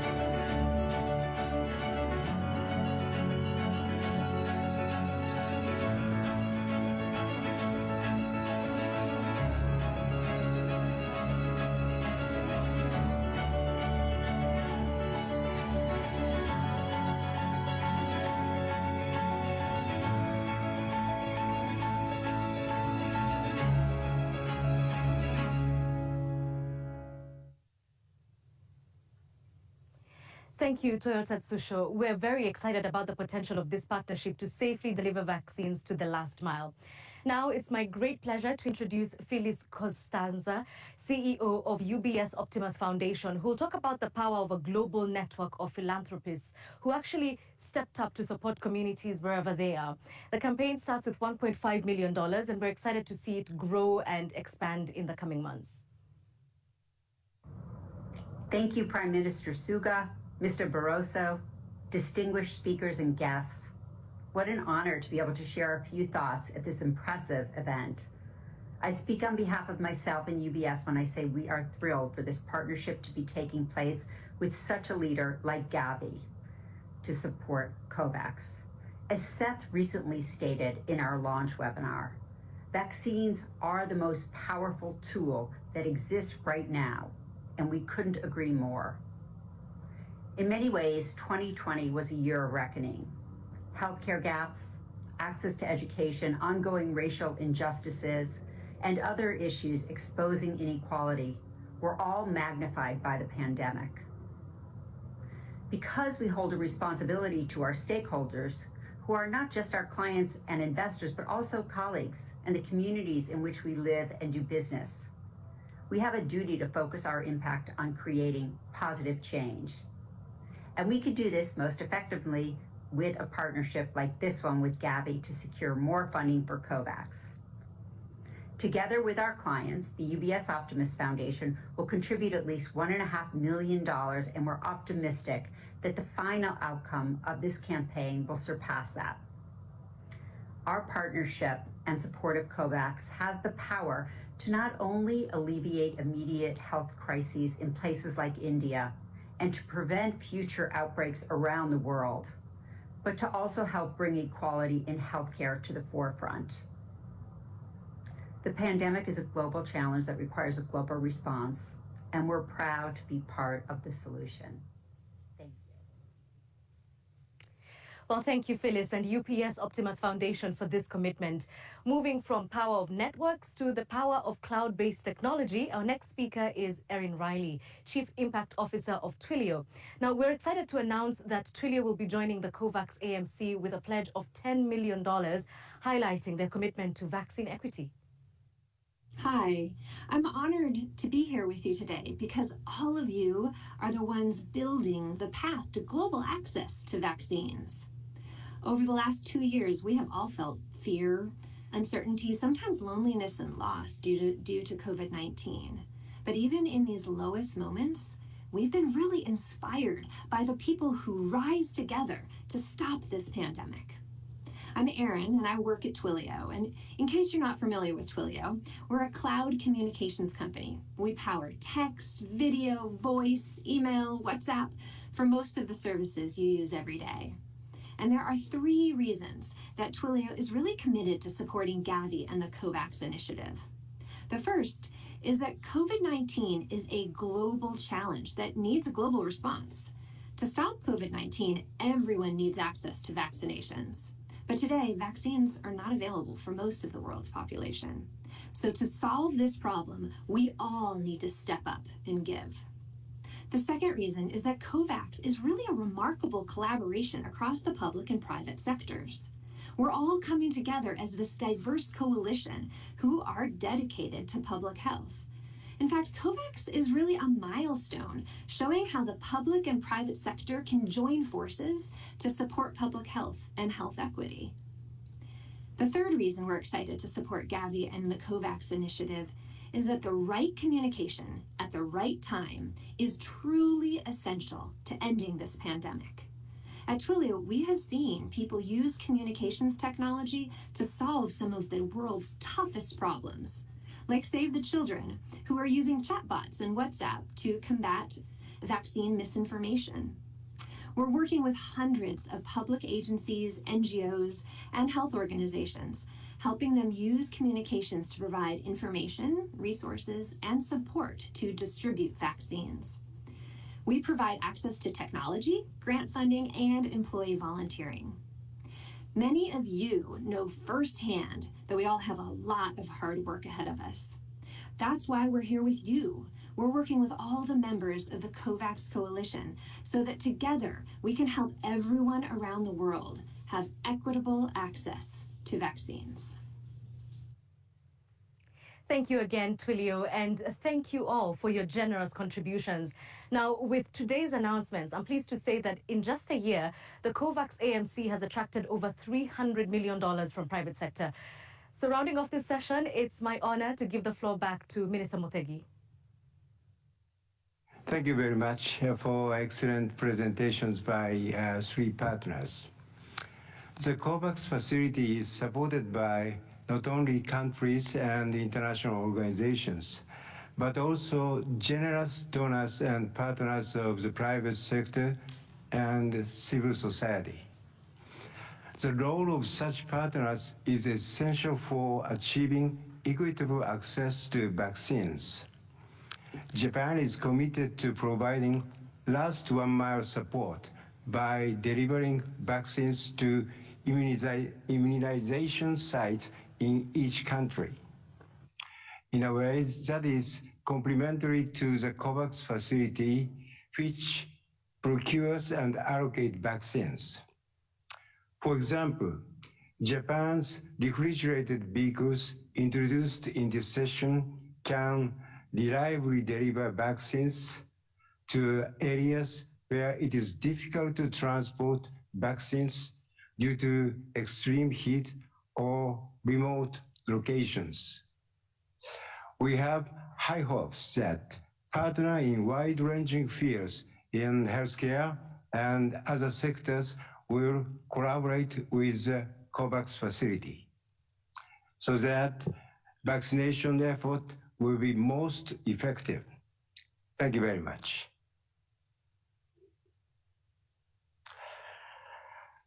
Let us move on to the second pledging sessions. We are on time so far. Now, it's my pleasure to introduce Minister Gould, Minister of the International Development of Canada. Mr. Gould, over to you. Excuse me, Minister. Thank you so much, Minister. It's a pleasure to join you today from Canada for the COVAX AMC Summit. Let me start by thanking our host, Japan, and the COVAX facility for organizing this important event. This has been a time of tragedy, but also one of collaboration, scientific achievement, and most recently, of hope. With multiple vaccines now approved for use and more doses administered every day, we know we can protect people from the spread of COVID-19. These vaccines are our best exit strategy from this pandemic, but the world also needs access to them. Borders shouldn't be barriers to the best and latest science. That's why Canada supports equitable access around the globe to COVID-19 vaccines, therapeutics, and diagnostics. We are working hand in hand with the leads of the ACT Accelerator and the COVAX facility. As a major contributor to the ACT Accelerator, we have committed more than $1.3 billion to date. And with dedicated funding from Canada, COVAX has developed a way to easily and swiftly share surplus vaccine doses. Today, we are focusing support for the 92 AMC economies. While vaccinating 20% of each economy's population will protect the most vulnerable, the work does not and cannot stop there. We must aim to reach everyone in low and lower middle income countries. To do this, we have to support the procurement of COVID-19 vaccines. That is why I am pleased to announce that Canada is doubling its initial contribution to the COVAX AMC with an additional pledge of 220 million Canadian dollars. As a COVAX AMC co-chair, I also commit to doing all that I can to ensure the facility's success and that you can count on Canada's ongoing support. We urge all countries with the means to do so to support the COVAX facility and the AMC in any way that they can. Only by pulling together will we protect everyone, everywhere. Thank you. Thank you. Merci, Minister Gould, for joining us today. Next, I will invite Minister Lemoine, Minister of Tourism, French National Border, and Francophonie of France, followed by Foreign Minister Zabaha of Kuwait and Foreign Minister Merits of Estonia. Mr. Lemoine, the floor is yours. Monsieur le Premier ministre, Prime Minister, ladies and gentlemen, we must step up our efforts so that the vaccine is truly a global public good. The first deliveries of doses by COVAX to low and middle income countries is a decisive step forward, 72 million in 3 months. France is proud to have contributed alongside Team Europe from the outset to the COVAX facility and its action in support of fragile country. And this is, of course, a moral imperative, but also the only way to end this pandemic together. And as the President of the Republic, Emmanuel Macron, announced it during the Health Summit in May, France will increase its support to COVAX in 2 ways. First, by increasing its vaccine donations. As a pioneer in the field, France began to implement this commitment in April and will donate 30 million doses of several vaccines to COVAX in 2021. More countries are expected to join the process as of today. So we must donate the largest possible volume of vaccines as of now via COVAX based on a diversified vaccine portfolio. Secondly, of the 500 million euros announced by President Macron for Act A, we are going to double our financial contribution to COVAX with an additional 100 million euros for low and middle income countries. This amount will help purchase vaccines to reach the objective of vaccinating 30% of the population in these countries, supply the humanitarian buffer, and cover ancillary costs related to the donation of doses. To conclude, we must further boost our efficiency on the ground. Firstly, through regular monitoring of the smooth running of the vaccination programs and by establishing a specific performance framework, strengthening health systems and the involvement of all stakeholders, which are key components of successful vaccination campaigns. Secondly, through the development of production partnerships and technology transfers, including in Africa, to significantly increase global production. We believe that the involvement of the WHO and the WTO on top of the initiatives led by COVAX will be a decisive factor. Thank you very much, and see you soon.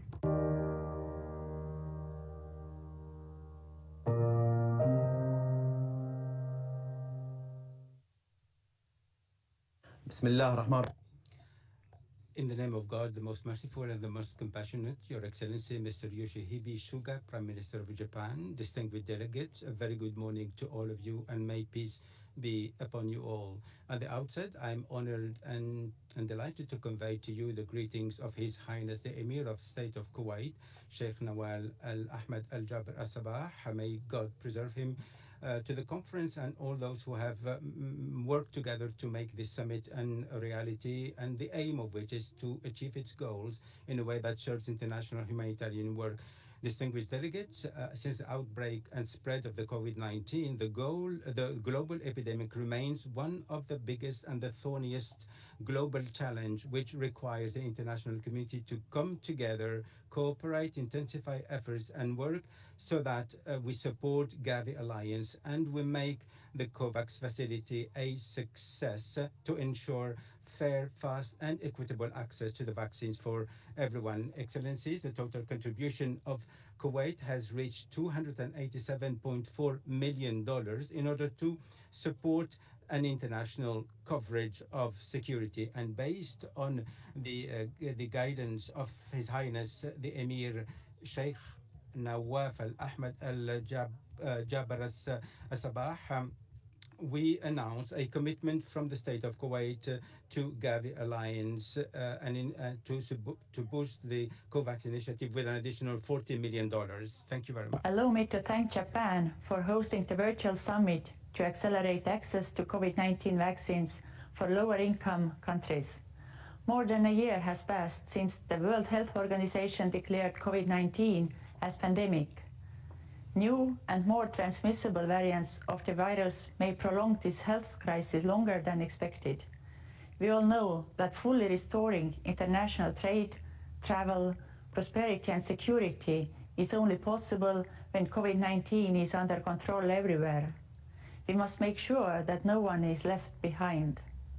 Equal access to vaccines should not remain empty words. We need efforts to globally accelerate the availability of raw materials, facilitate agreements between manufacturers across supply chains, scale up production, and further research and development efforts. The ACT Accelerator and its vaccine pillar, the COVAX facility, have been instrumental in these global efforts, and we have a shared responsibility to make them succeed. Estonia remains committed to equal and fair distribution of vaccines globally. We made our first contribution to Gavi and the COVAX AMC at the end of 2020. Today, I am happy to announce an additional pledge of €70,000 for 2021 to support the COVAX facility and equitable global access to COVID-19 vaccines. In addition, we recognize that donating vaccine doses is similarly important to guarantee rapid access to COVID-19 vaccines for all. Therefore, the government of Estonia is exploring ways to possibly contribute to the COVAX facility by donating 400,000 doses of vaccines. I thank you and wish you all a successful summit. Merci. Shukran. Thank you.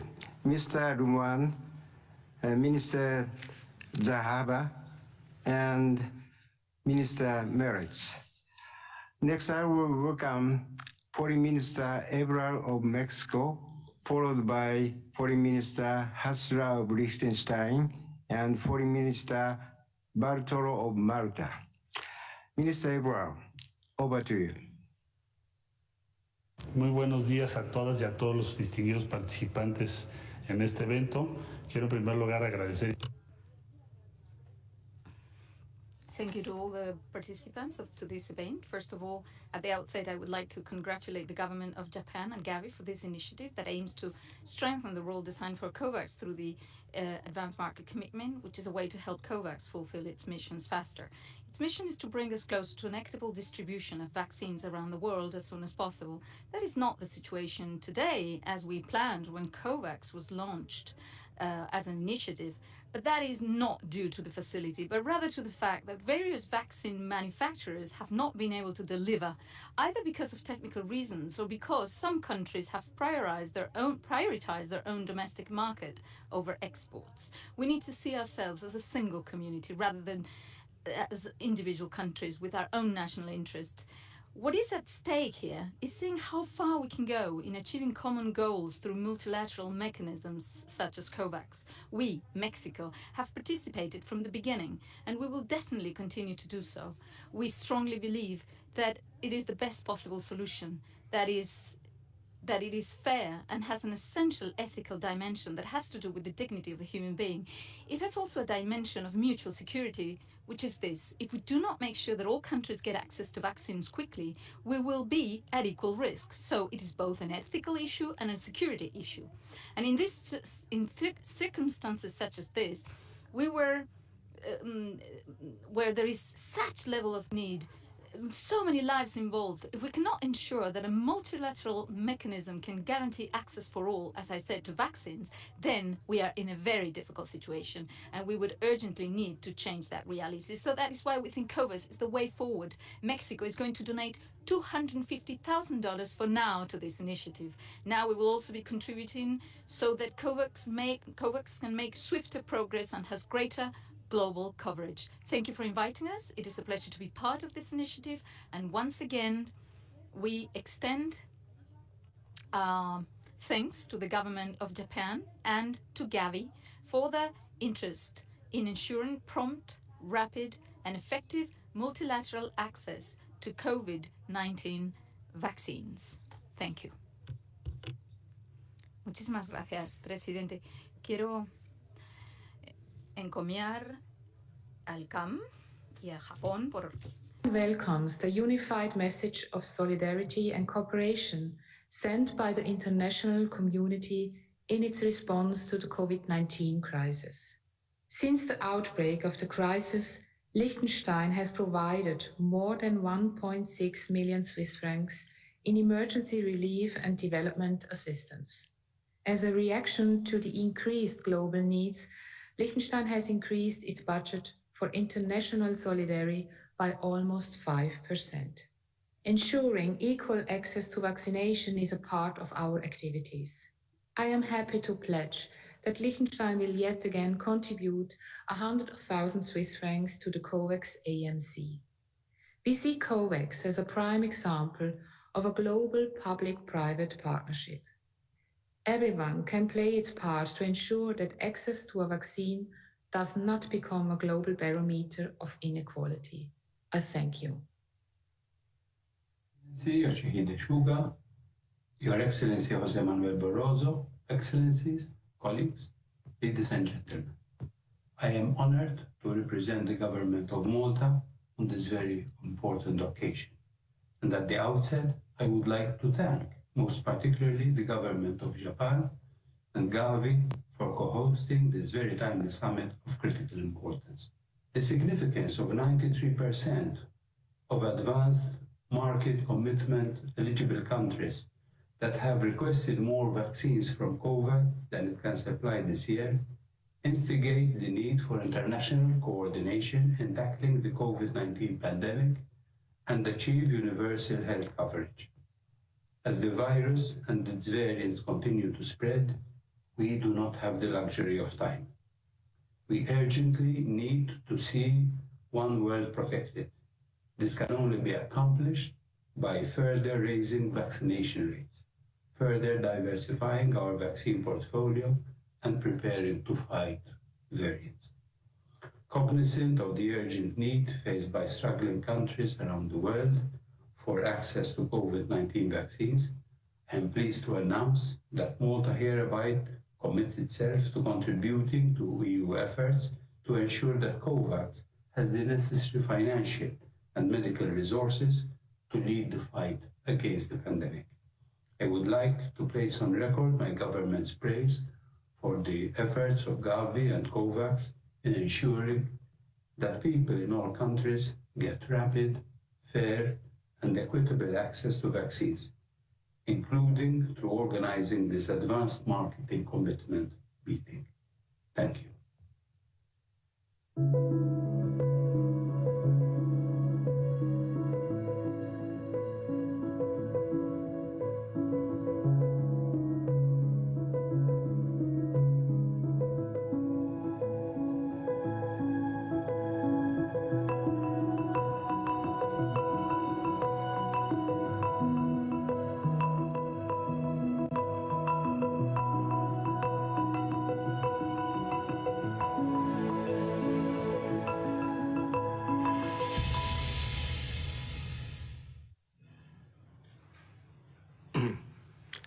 nobody is safe until everybody is safe.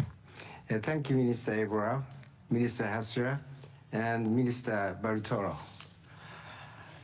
Next, I will invite Minister Skinnari, Minister for International Development of Finland, followed by Minister Saidi, Minister of Health of Oman. Mr. Skinnari, the floor is yours. Excellencies, dear friends of Gavi, COVAX, AMC, multilateral cooperation and global solidarity are essential for ending the pandemic. We've seen tremendous progress in COVID-19 vaccine development. We must make sure that they are equally distributed, leaving no one's health behind.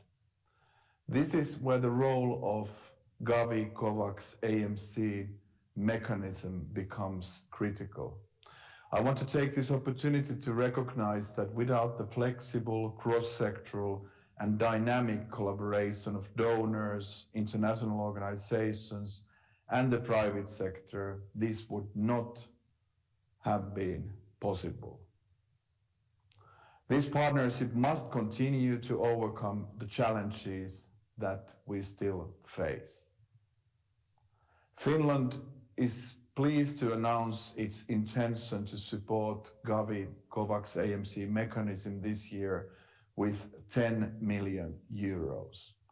We will follow the situation closely, and our aim is to continue supporting Gavi in 2022 as well. In addition, further financing of 10 million euros is planned for 2021. This is subject to the parliamentary approval. This is earmarked support tied to vaccines procured by Finland as part of the EU vaccine purchases. Finland looks forward to the prosperous cooperation with COVAX AMC. Thank you so much.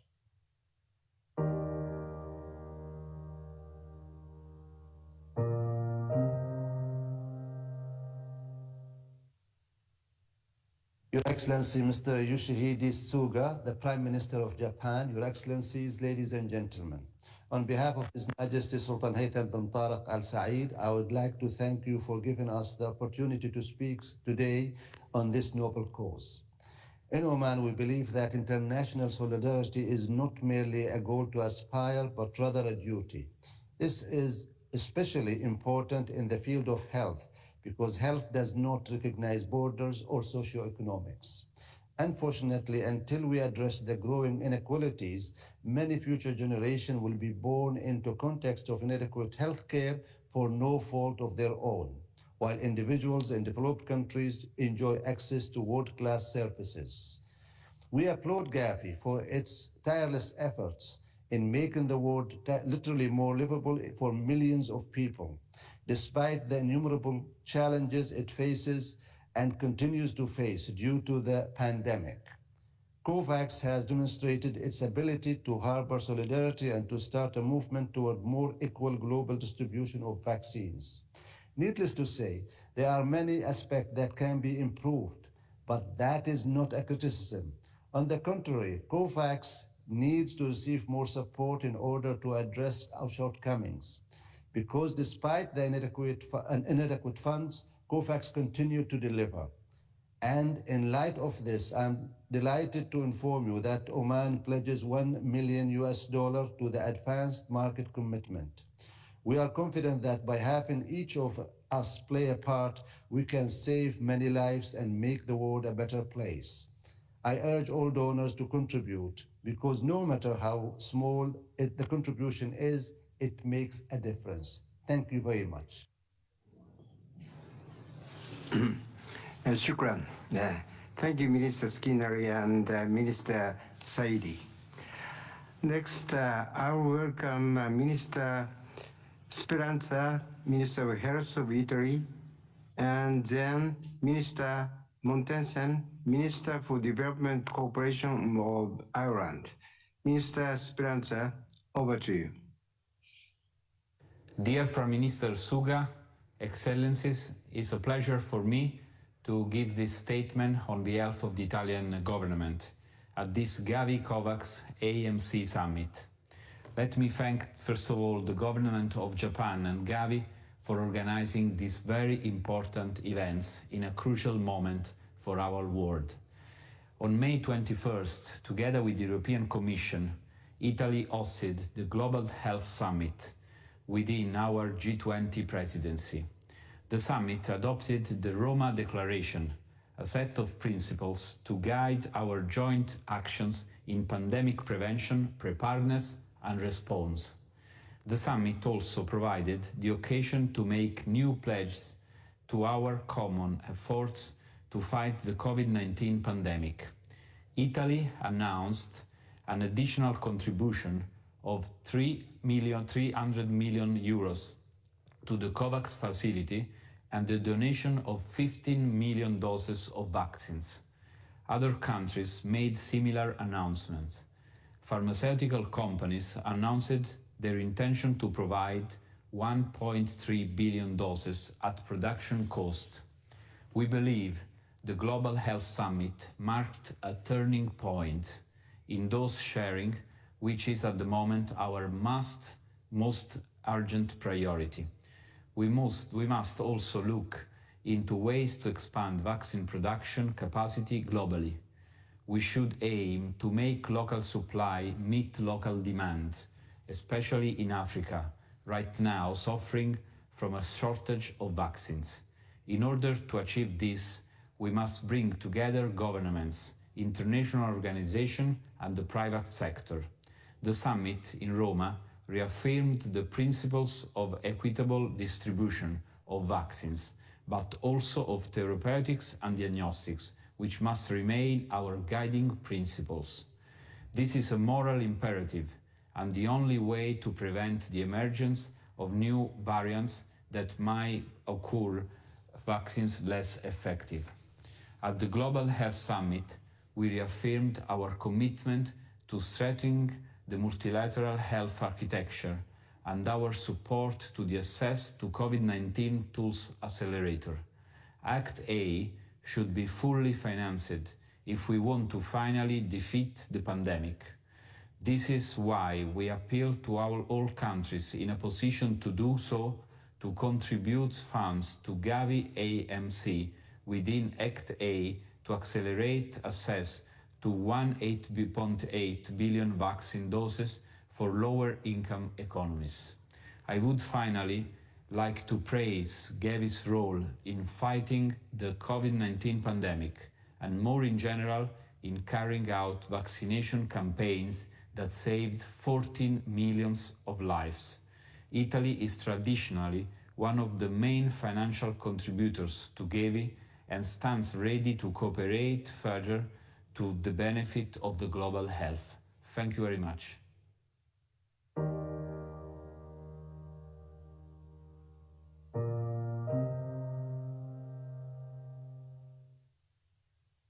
Dear friends, thanks to Prime Minister of Japan and to Gavi for bringing us together today.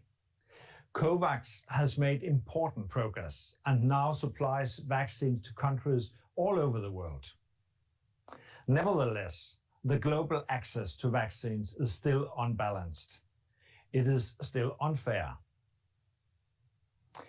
International and collective actions is required to finance and secure the doses needed. I'm happy to announce that Denmark will donate 3 million vaccines in 2021. A substantial part will be donated through COVAX AMC.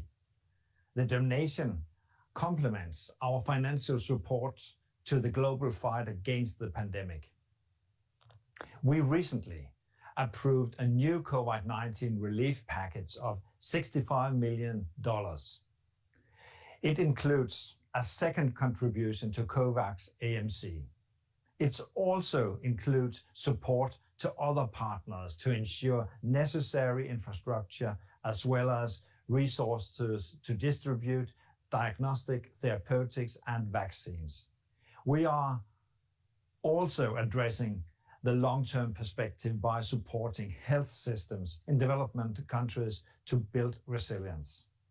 In total, Denmark has contributed nearly $300 million in development assistance in 4 relief packages since the outbreak of the pandemic. On top of this, we have supported a number of countries with medical equipment and health personnel. Let me assure you that Denmark remains committed to protect the most fragile groups who suffer the most under the pandemic. We must leave no one behind. Thank you.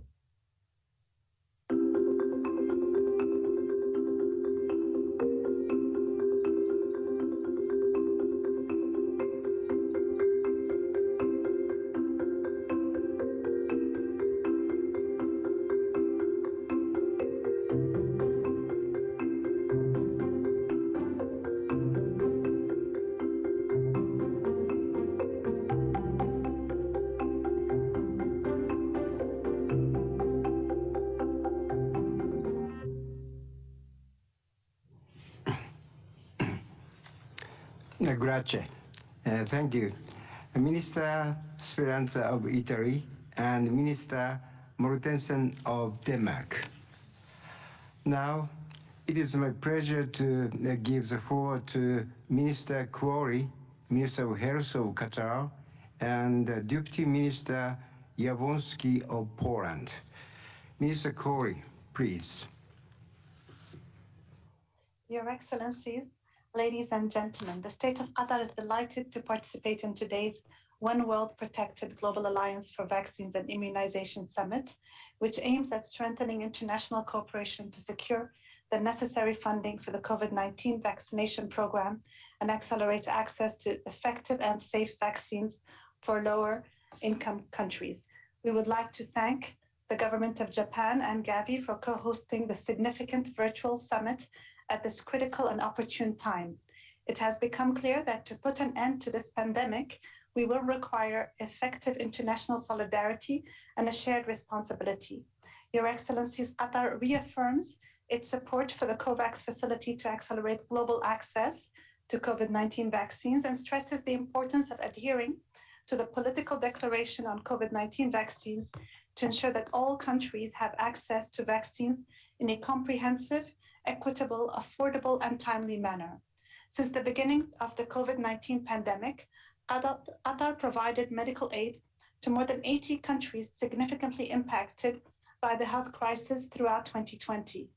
At the June 2020 COVID Global Vaccine Summit held in London, His Highness Sheikh Tamim bin Hamad Al Thani announced Qatar's allocation of $20 million to the Gavi.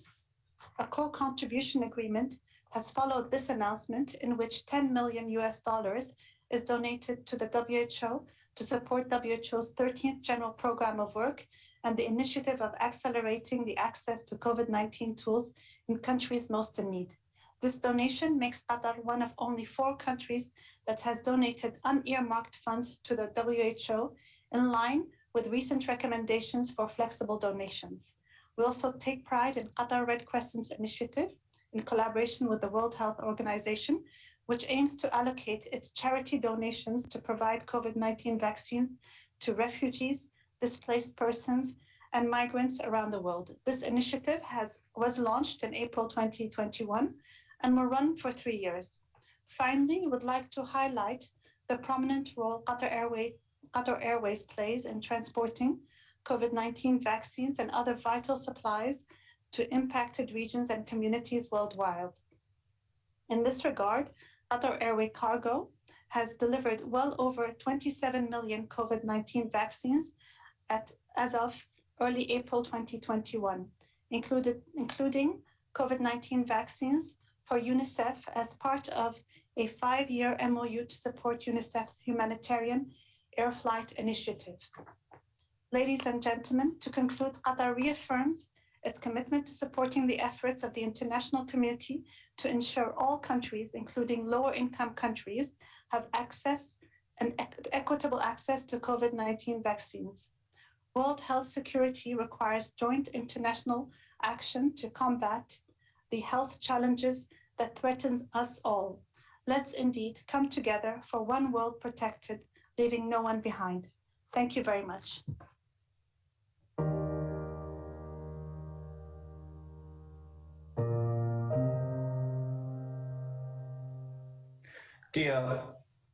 Dear Prime Minister Suga, dear Minister Motegi, Your Excellencies, ladies and gentlemen, all esteemed participants of this Gavi COVAX AMC Summit. First of all, I want to thank Japan and Gavi Alliance for organizing this very important event and express my hope that together we will be able to prevail and to defeat this pandemic. Since the beginning of it, Poland has been very actively engaged in all efforts aiming at fighting both the disease and its direct consequences, as well as countering the impact that we all feel in our societies and economies. Although Poland, as many other countries around the world, has been facing the situation of immense pressure to cope with the pandemic crisis, it has not weakened our determination to help those in greater need. Our efforts so far have surpassed total worth of 135 million euro. It includes both reorientation of Polish bilateral development assistance and support to multinational mechanisms, as well as humanitarian assistance and support to research and development in health sectors. Other efforts aimed to provide universal access for the anti-COVID drugs, tests, and vaccines on the basis of affordable price to all countries and people around the world. We are aware that despite our efforts, the world continues to face growing uncertainty due to an unprecedented health crisis with grave consequences and deteriorating economic conditions, especially in the most vulnerable countries of the international community. Poland declares its strong support for global initiatives and collaboration to accelerate a fair and equitable access to vaccines for everyone in the world. We see the COVAX initiative not only as a token of global solidarity and partnership, but also as the only effective way to end the pandemic, which as a global threat requires global actions. That is why I am pleased to announce that in addition to our national efforts, Poland has made a voluntary contribution in the amount of over 3.3 million zloty, that is a little less than $1 million, to the COVAX facility managed by the Gavi Alliance. This contribution is complementary to the support granted to COVAX facility by the European Union on behalf of its member states via Team Europe funding and guarantees. It is my strong belief that this contribution will be another step towards our joint victory over the pandemic, and I encourage other partners to join global efforts and to help countries in need in fighting this unprecedented crisis. Thank you all, and I wish you a successful summit. Shukran. Thank you. Minister Alukhori and Mr. Yabonsky for your remarks. Next, I will welcome Dr. Frakabat, Parliamentary Secretary, State Secretary for Economic Cooperation and Development of Germany, followed by Minister Labia, Minister of Health of Saudi Arabia, Minister Queiroga, Minister of Health of Brazil, and Minister Andrea of Portugal. Secretary Frakabat, the floor is yours. Excellencies, ladies and gentlemen, from the beginning, Germany has been a committed partner in the global fight against the COVID-19 pandemic. Germany supports the ACT Accelerator with a total of 2.2 billion euros as its second largest donor, of which 1.08 billion euros are provided to COVAX AMC. Through COVAX AMC, millions of doses have already been delivered to AMC countries. This multilateral mechanism has enabled the world to make important progress in the global fight against the pandemic. However, challenges remain with regard to equitable access to COVID-19 vaccines worldwide. We can confront these challenges by closing the funding gap of COVAX AMC, sharing vaccine doses, and supporting the local manufacturing of vaccines. COVAX AMC needs additional resources to lift vaccine coverage in the AMC countries up to 26% by the end of 2021. We therefore call on all partners to help fill the COVAX AMC funding gap today.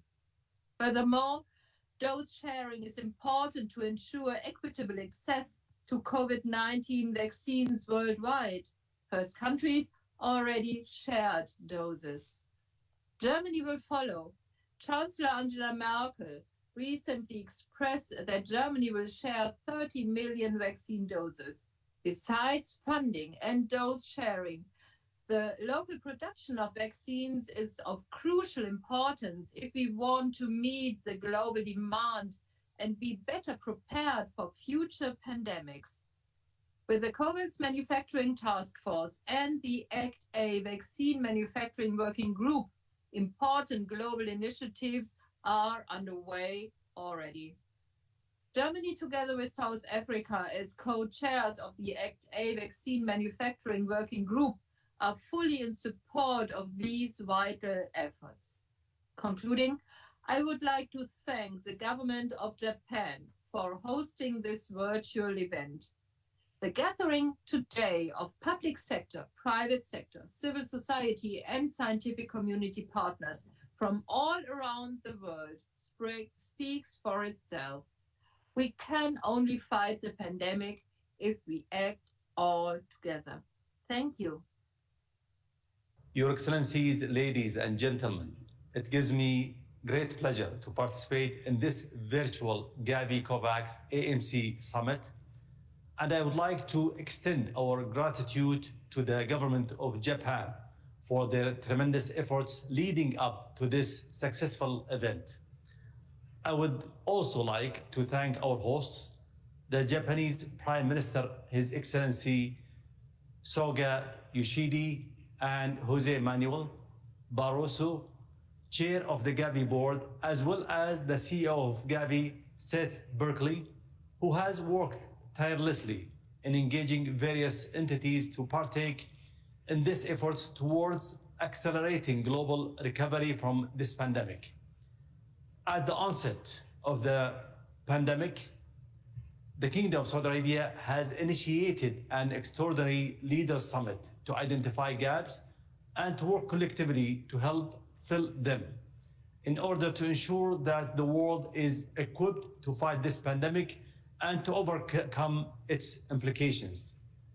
The ACT Accelerator is the tool that can see us through this pandemic. Saudi Arabia has committed $500 million early on towards it, as we are certain that it is the most effective way in which all countries can receive equitable access to diagnostics, therapeutics, and vaccines. The COVAX facility has shipped over 77 million COVID-19 vaccines to 127 participants and needs our support to accelerate access to 1.8 billion vaccines doses for lower income countries. This event has engaged world leaders, the private sector, civil society, and key partners to reflect on the challenges and lessons learned throughout this pandemic.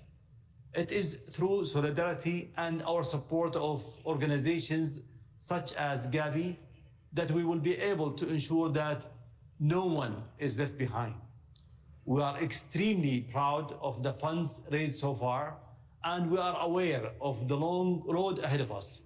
We are, however, confident in the global efforts and the unwavering support that is evident in today's representation. I applaud all efforts and look forward to overcoming this pandemic collectively. Thank you very much.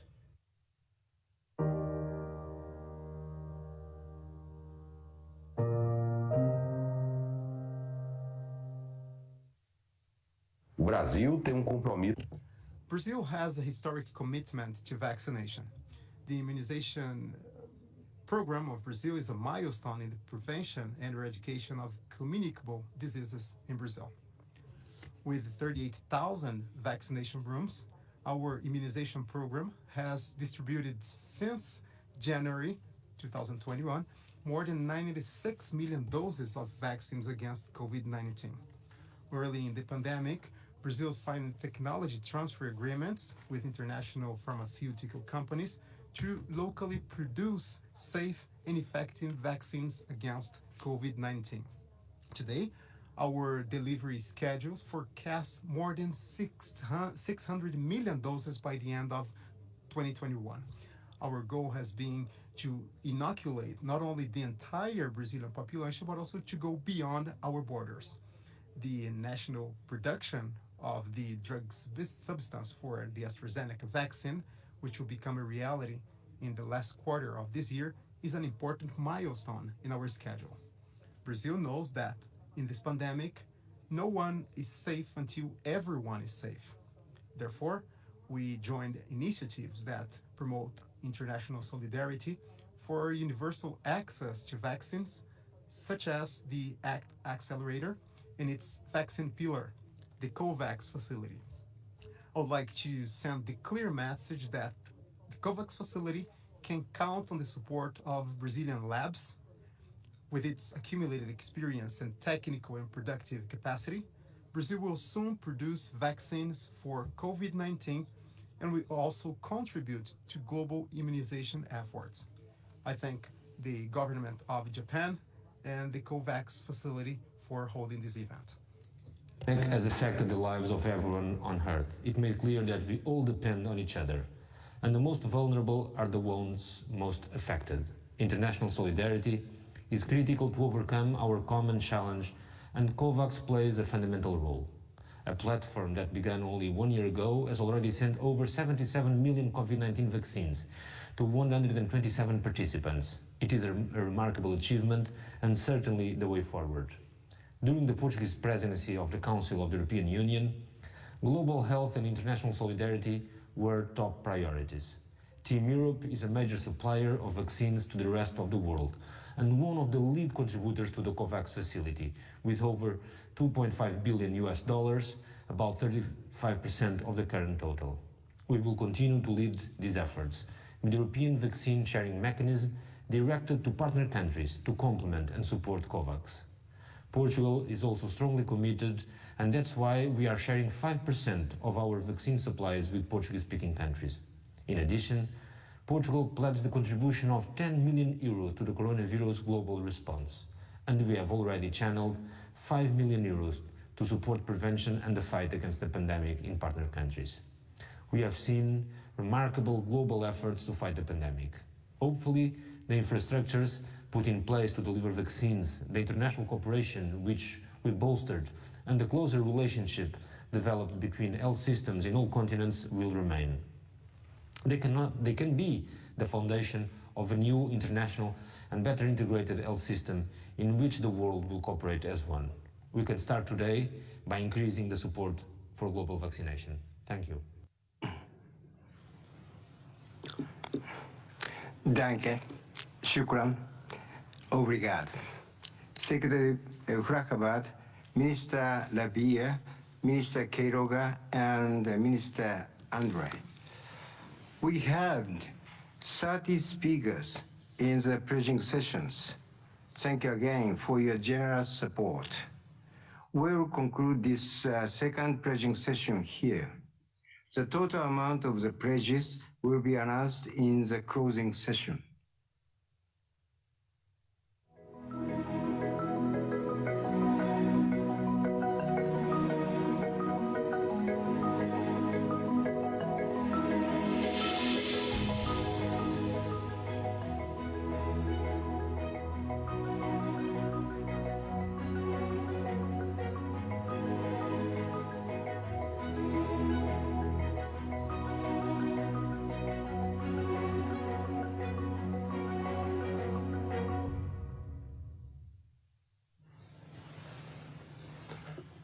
Now, in this closing session, I will invite the co-hosts of this event and the representative of AMC economies.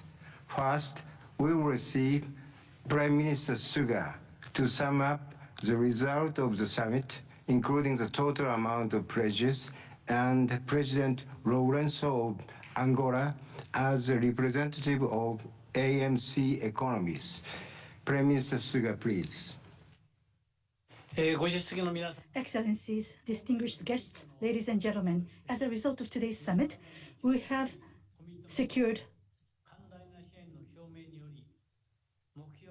much more than our target of $8.3 billion, thanks to your strong commitments and generous support.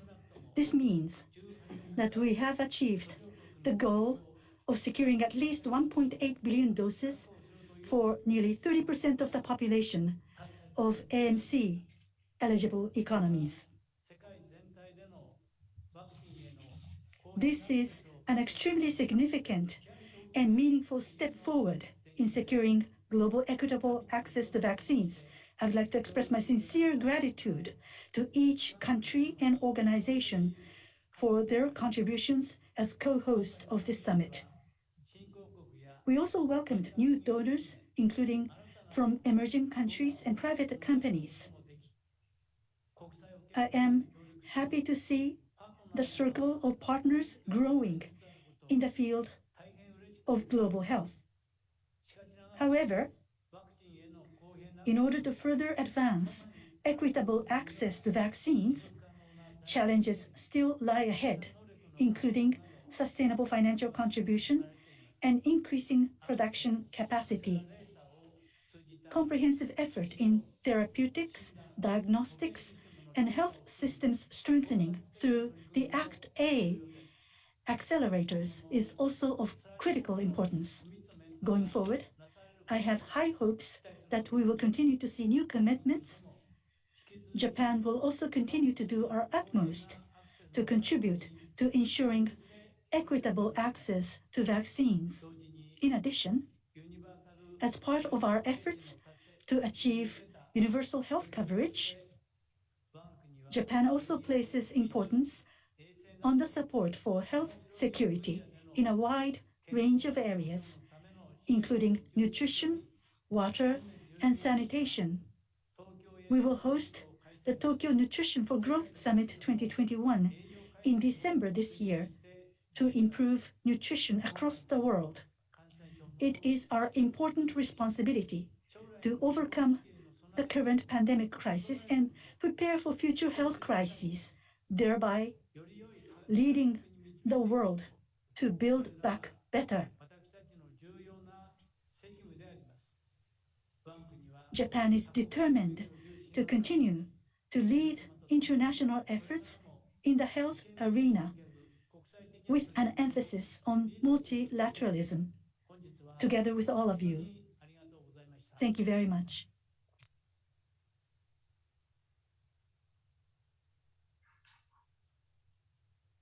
Angola está a responder à pandemia. Angola is responding to the COVID-19 pandemic through vaccination in a context of economic difficulty, but with much engagement and dedication of health and educational staff and security forces who, in an effort coordinated by the government, are doing their utmost to guarantee the protection of the most vulnerable and exposed groups.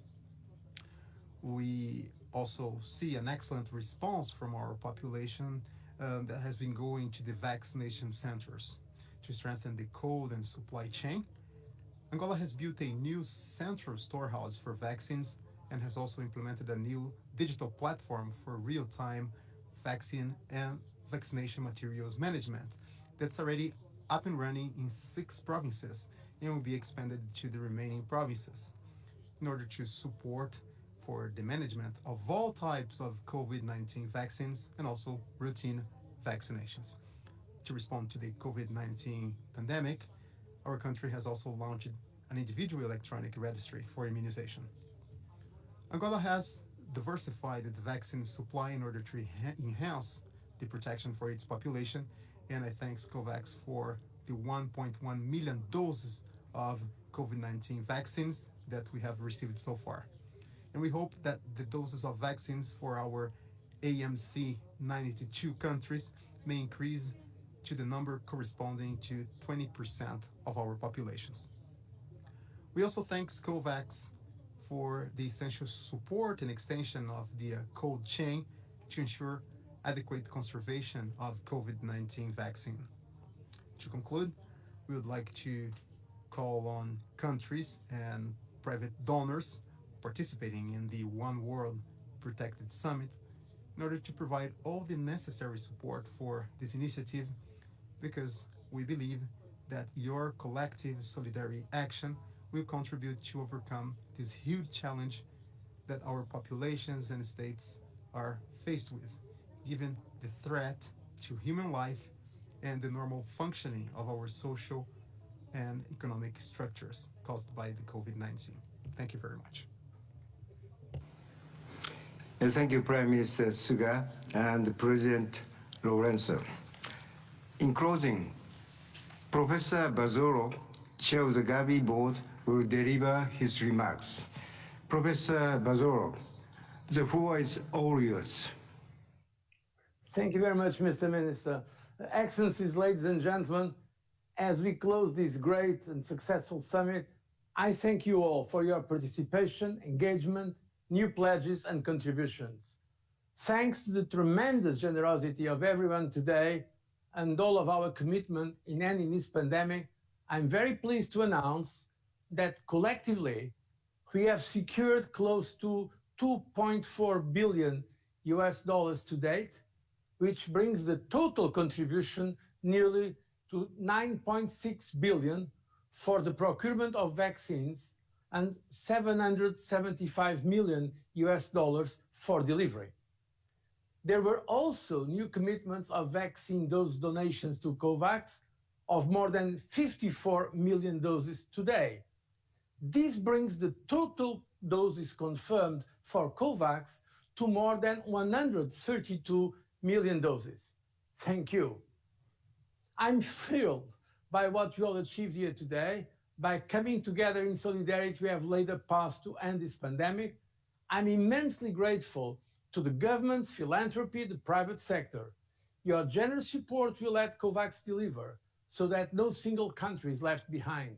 Like Prime Minister Suga of Japan, I congratulate everybody for making this summit a success. When we launched the One World Protected Journey 6 weeks ago, hosted by the United States, we had $2 billion gap to our at least $8.3 billion United States dollars asked. But here we are today. Global solidarity, collaboration, partnership, and being innovative is what we can now truly celebrate. Being innovative leads me to thank the European Commission and the EIB for the commitment of additional 300 million euros in support. This new financing facility will allow COVAX to rapidly acquire vaccines for sub-Saharan African countries under the cost-sharing scheme. Our efforts will also be boosted further by those donations from several governments, which will help accelerate equitable access through COVAX. And once again, I thank them for their generous contributions. Today's summit clearly demonstrates that global leadership understands and supports this. Today, these pledges and expressions of solidarity, we have taken a big step towards one world protected. Thank you all very much. Thank you, Professor Barroso. We have come to the end of this COVAX AMC Summit. Thank you so much for joining us today, and to all the speakers for taking time out of their busy schedule, your busy schedule. As the battle against COVID-19 continues. However, based on the achievements we have made today, let us show the power of solidarity of the international community. Thank you very much.